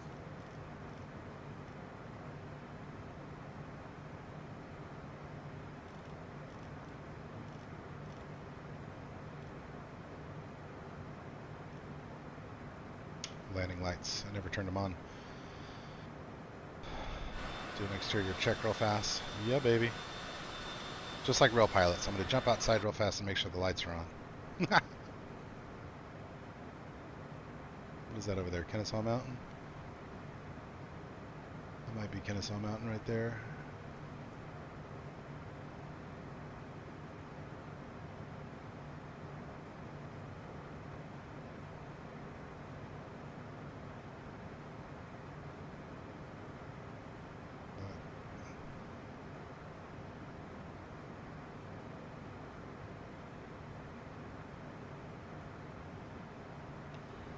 cruising along at 5,000.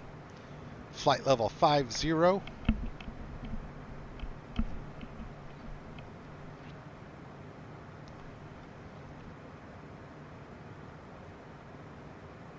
Nearly there.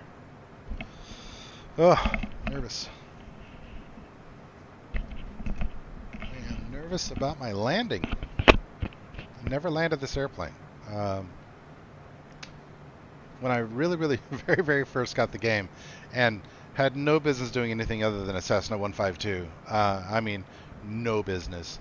I got in this plane and took off from Dallas and tried to make my way to Houston, not understanding how any of the navigation worked, any of the flight planning worked, nothing. And on top of that, I did it in the rain at night. What I did was called crash. Like I crashed. There's no way around it. I thought I was higher than I was, and I hit the ground really hard and died. Killed all the rich people on board. Nothing of value was lost.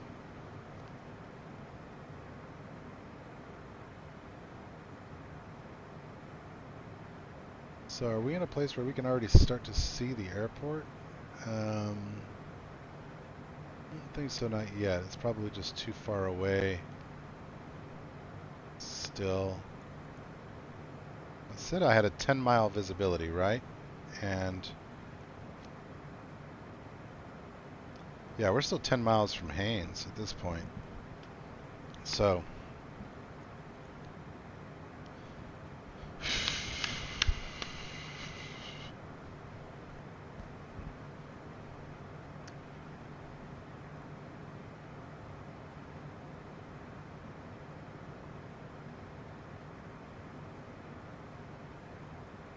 we'll turn right, and then I'm going to try again. I'm going to set the altitude for 4,000 because you'll recall that at Bamboo we need to be at 4. At Ajay we need to be at 2,700. So I'll set it for 4,000 and do vertical speed again. And it's 3 nautical miles. So I'll try it again real fast. I'm going to keep the autopilot on after the turn, just to do one more experiment with the vertical profile here, because I apparently just still don't understand it.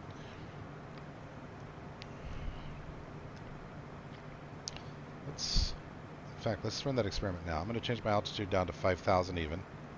It's not going to change this thing, and I'm going to take my nose and put it down 2 clicks. And I think what it'll do is we'll stop at 5,000 exactly.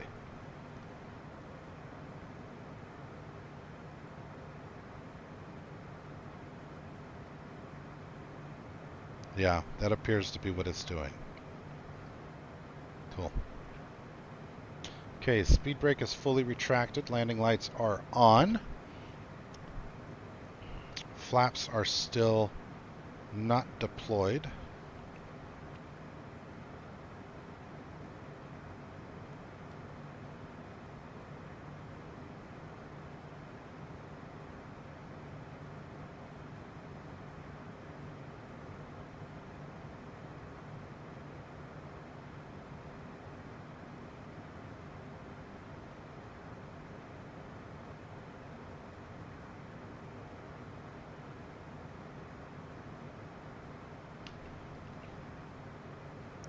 One nautical mile to Haines, and we're going to be beginning our turn in a moment here. Ah, runway in sight. Nice. Shouldn't I be way the hell over there, though?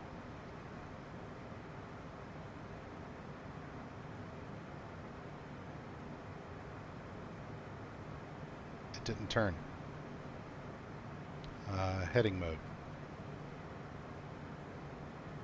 Overshot. Okay, if we're doing that, then I need to overcorrect a bit here. At what point did I break that? That's okay though. Let's go ahead and bring our altitude knob down to 4,000 and vertical down.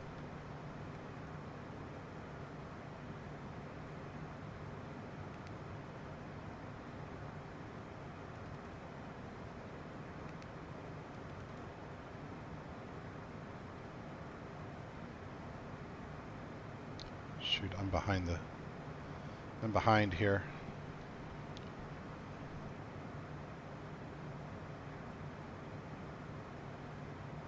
Alright, let's more heading. Let's get this thing corrected. Altitude.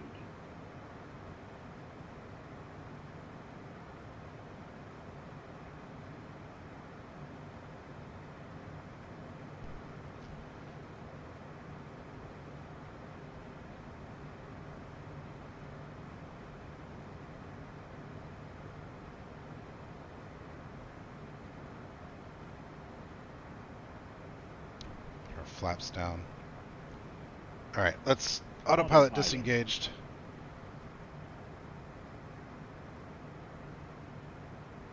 Flaps 15 set. And that looks to be our runway right there. That should be our runway right there. Yeah, because that'll be left, that'll be right. Okay.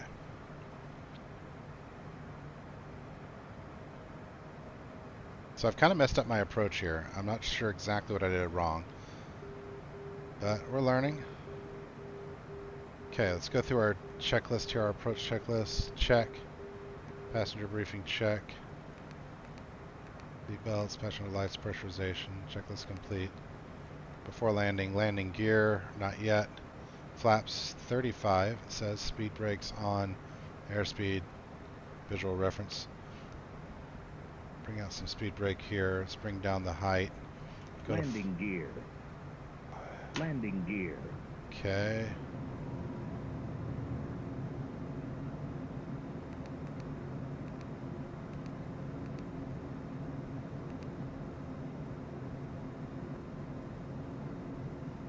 Alright, 3 green, no red.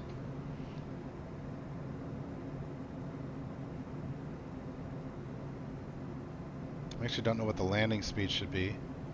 Should probably be something I know. Peppy light said I'm coming in high. Let's trim back a little bit here. Please trim more. Let's bring the throttle back some more.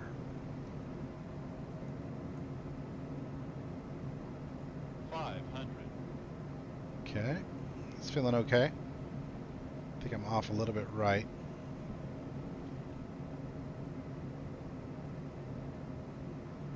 There we go, glide slope is good.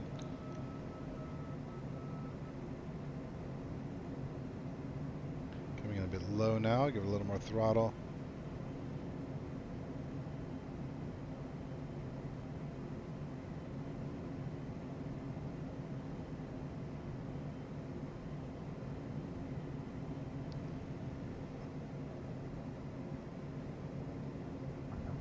Ooh, kind of nasty, kind of nasty.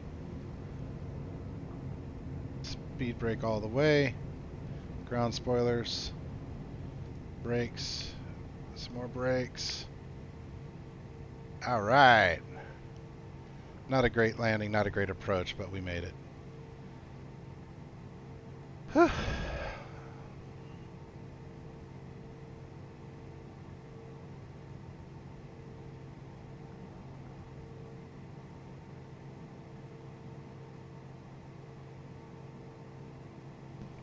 All right.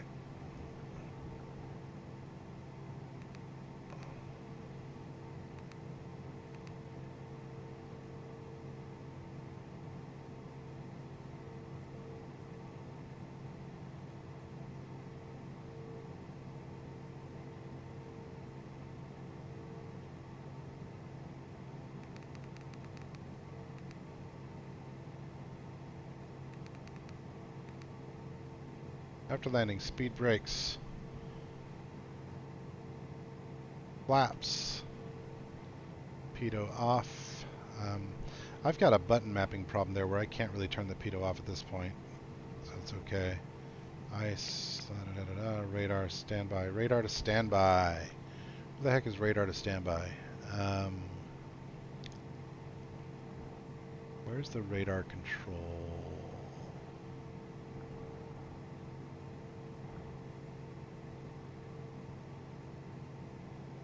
Where's Where's the radar control?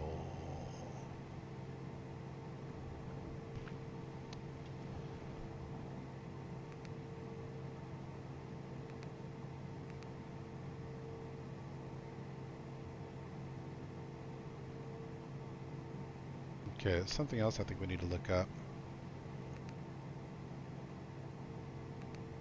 It's how to turn off the radar. Oh, radar menu. Nope.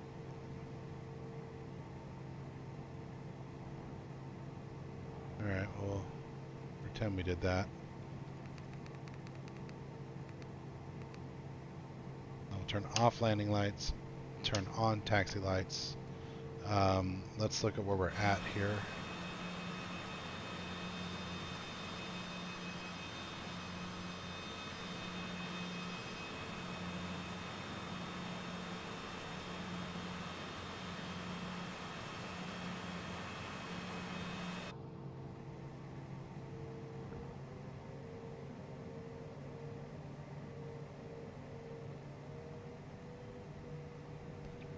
Let's taxi to the ramp, or taxi to a gate. We're big enough. We could taxi to a gate, one of the smaller gates.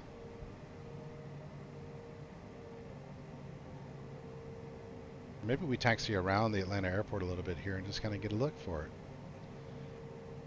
Yeah, we spent 20 bucks on it. May as well go enjoy it for a minute.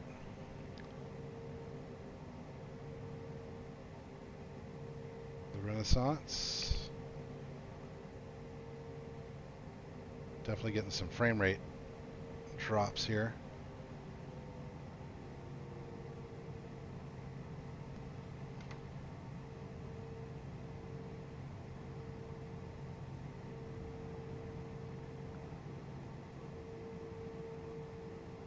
Yeah, they'd be telling me to hold short here and all that, and I'm going to say okay. They're going to give me clearance to taxi. I'm going to say okay. We're going to cross this runway. Is that... Are those towers clipping into one another? Are there two towers? Is that really what the tower looks like? Or is that some sort of mistake with the mod?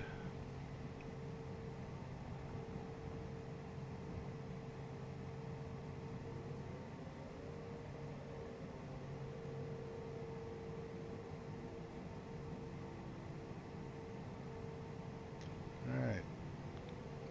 Concourse D over here. Oh my. Oh my. That's problematic. Oh my goodness. Guys, did I install this wrong or something? Why is this $20 airport so, you know, hilly?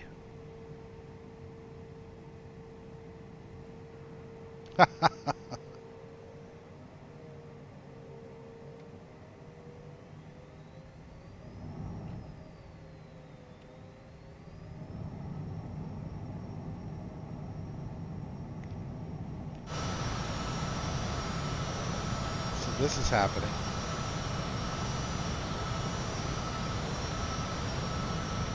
Let's do a little citation off-roading here.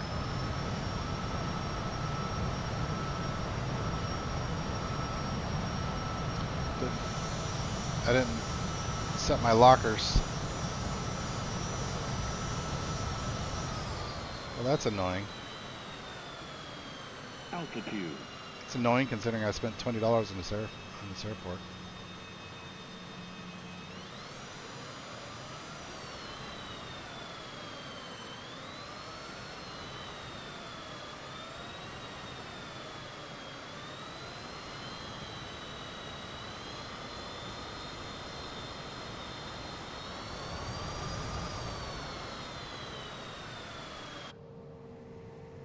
All right, well, I guess we'll park here.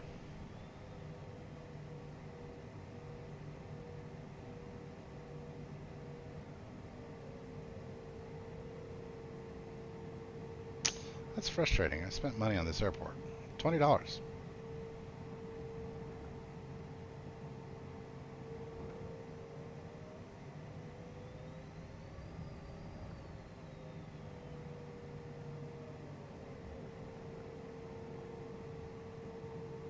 All right. I guess we should go through a shutdown checklist. I assume there is one. After landing, la da da da da da. Maybe there isn't one inside the airplane. Okay, we'll turn off checklist and we'll pull out our checklist because I has one. Okay, before taxi, before takeoff, takeoff. I like that I can do the checklist inside the airplane though. That's kind of cool. Takeoff, climb, top of descent, star route, star, final approach, landing, go around after landing, shutdown. Here we go. Parking brake, set regular, disengage, flaps to 0, check. Pitot static heat buttons, check. TCAS to standby, that's not modeled. Ice protection off, already done. Radar to standby, I still don't know where the heck that is. So I need to look that up. Exterior lights as required. We'll go ahead and turn some shizzle off. So turn off the anti-collision, the beacon, and the taxi. Oh, and landing. Oh, logo. Okay, yeah, we'll turn off the logo too. Parking brake set. Chocks, okay. Emergency lights switch off. Standby flight display switch. To off.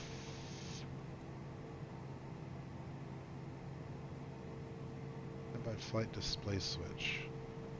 Oh, that's that. Yeah. Okay. Avionics switch off. I need to do that on my throttle quadrant there. Climate control selector to off. Ice protection off. Never turned them on. Throttles at idle. Check. Engine run stop button both stop. Raise the shield. Stop. Raise the shield. Stop. Close the shield. Close the shield. Exterior lights are already off. Passenger safety lights off and off. Battery switch to off. Ooh, before we do that though, let's set up ground power. We'll go to IDX. No, I'm sorry. Yeah, IDX mod. Where's mod at? Gotcha, gotcha.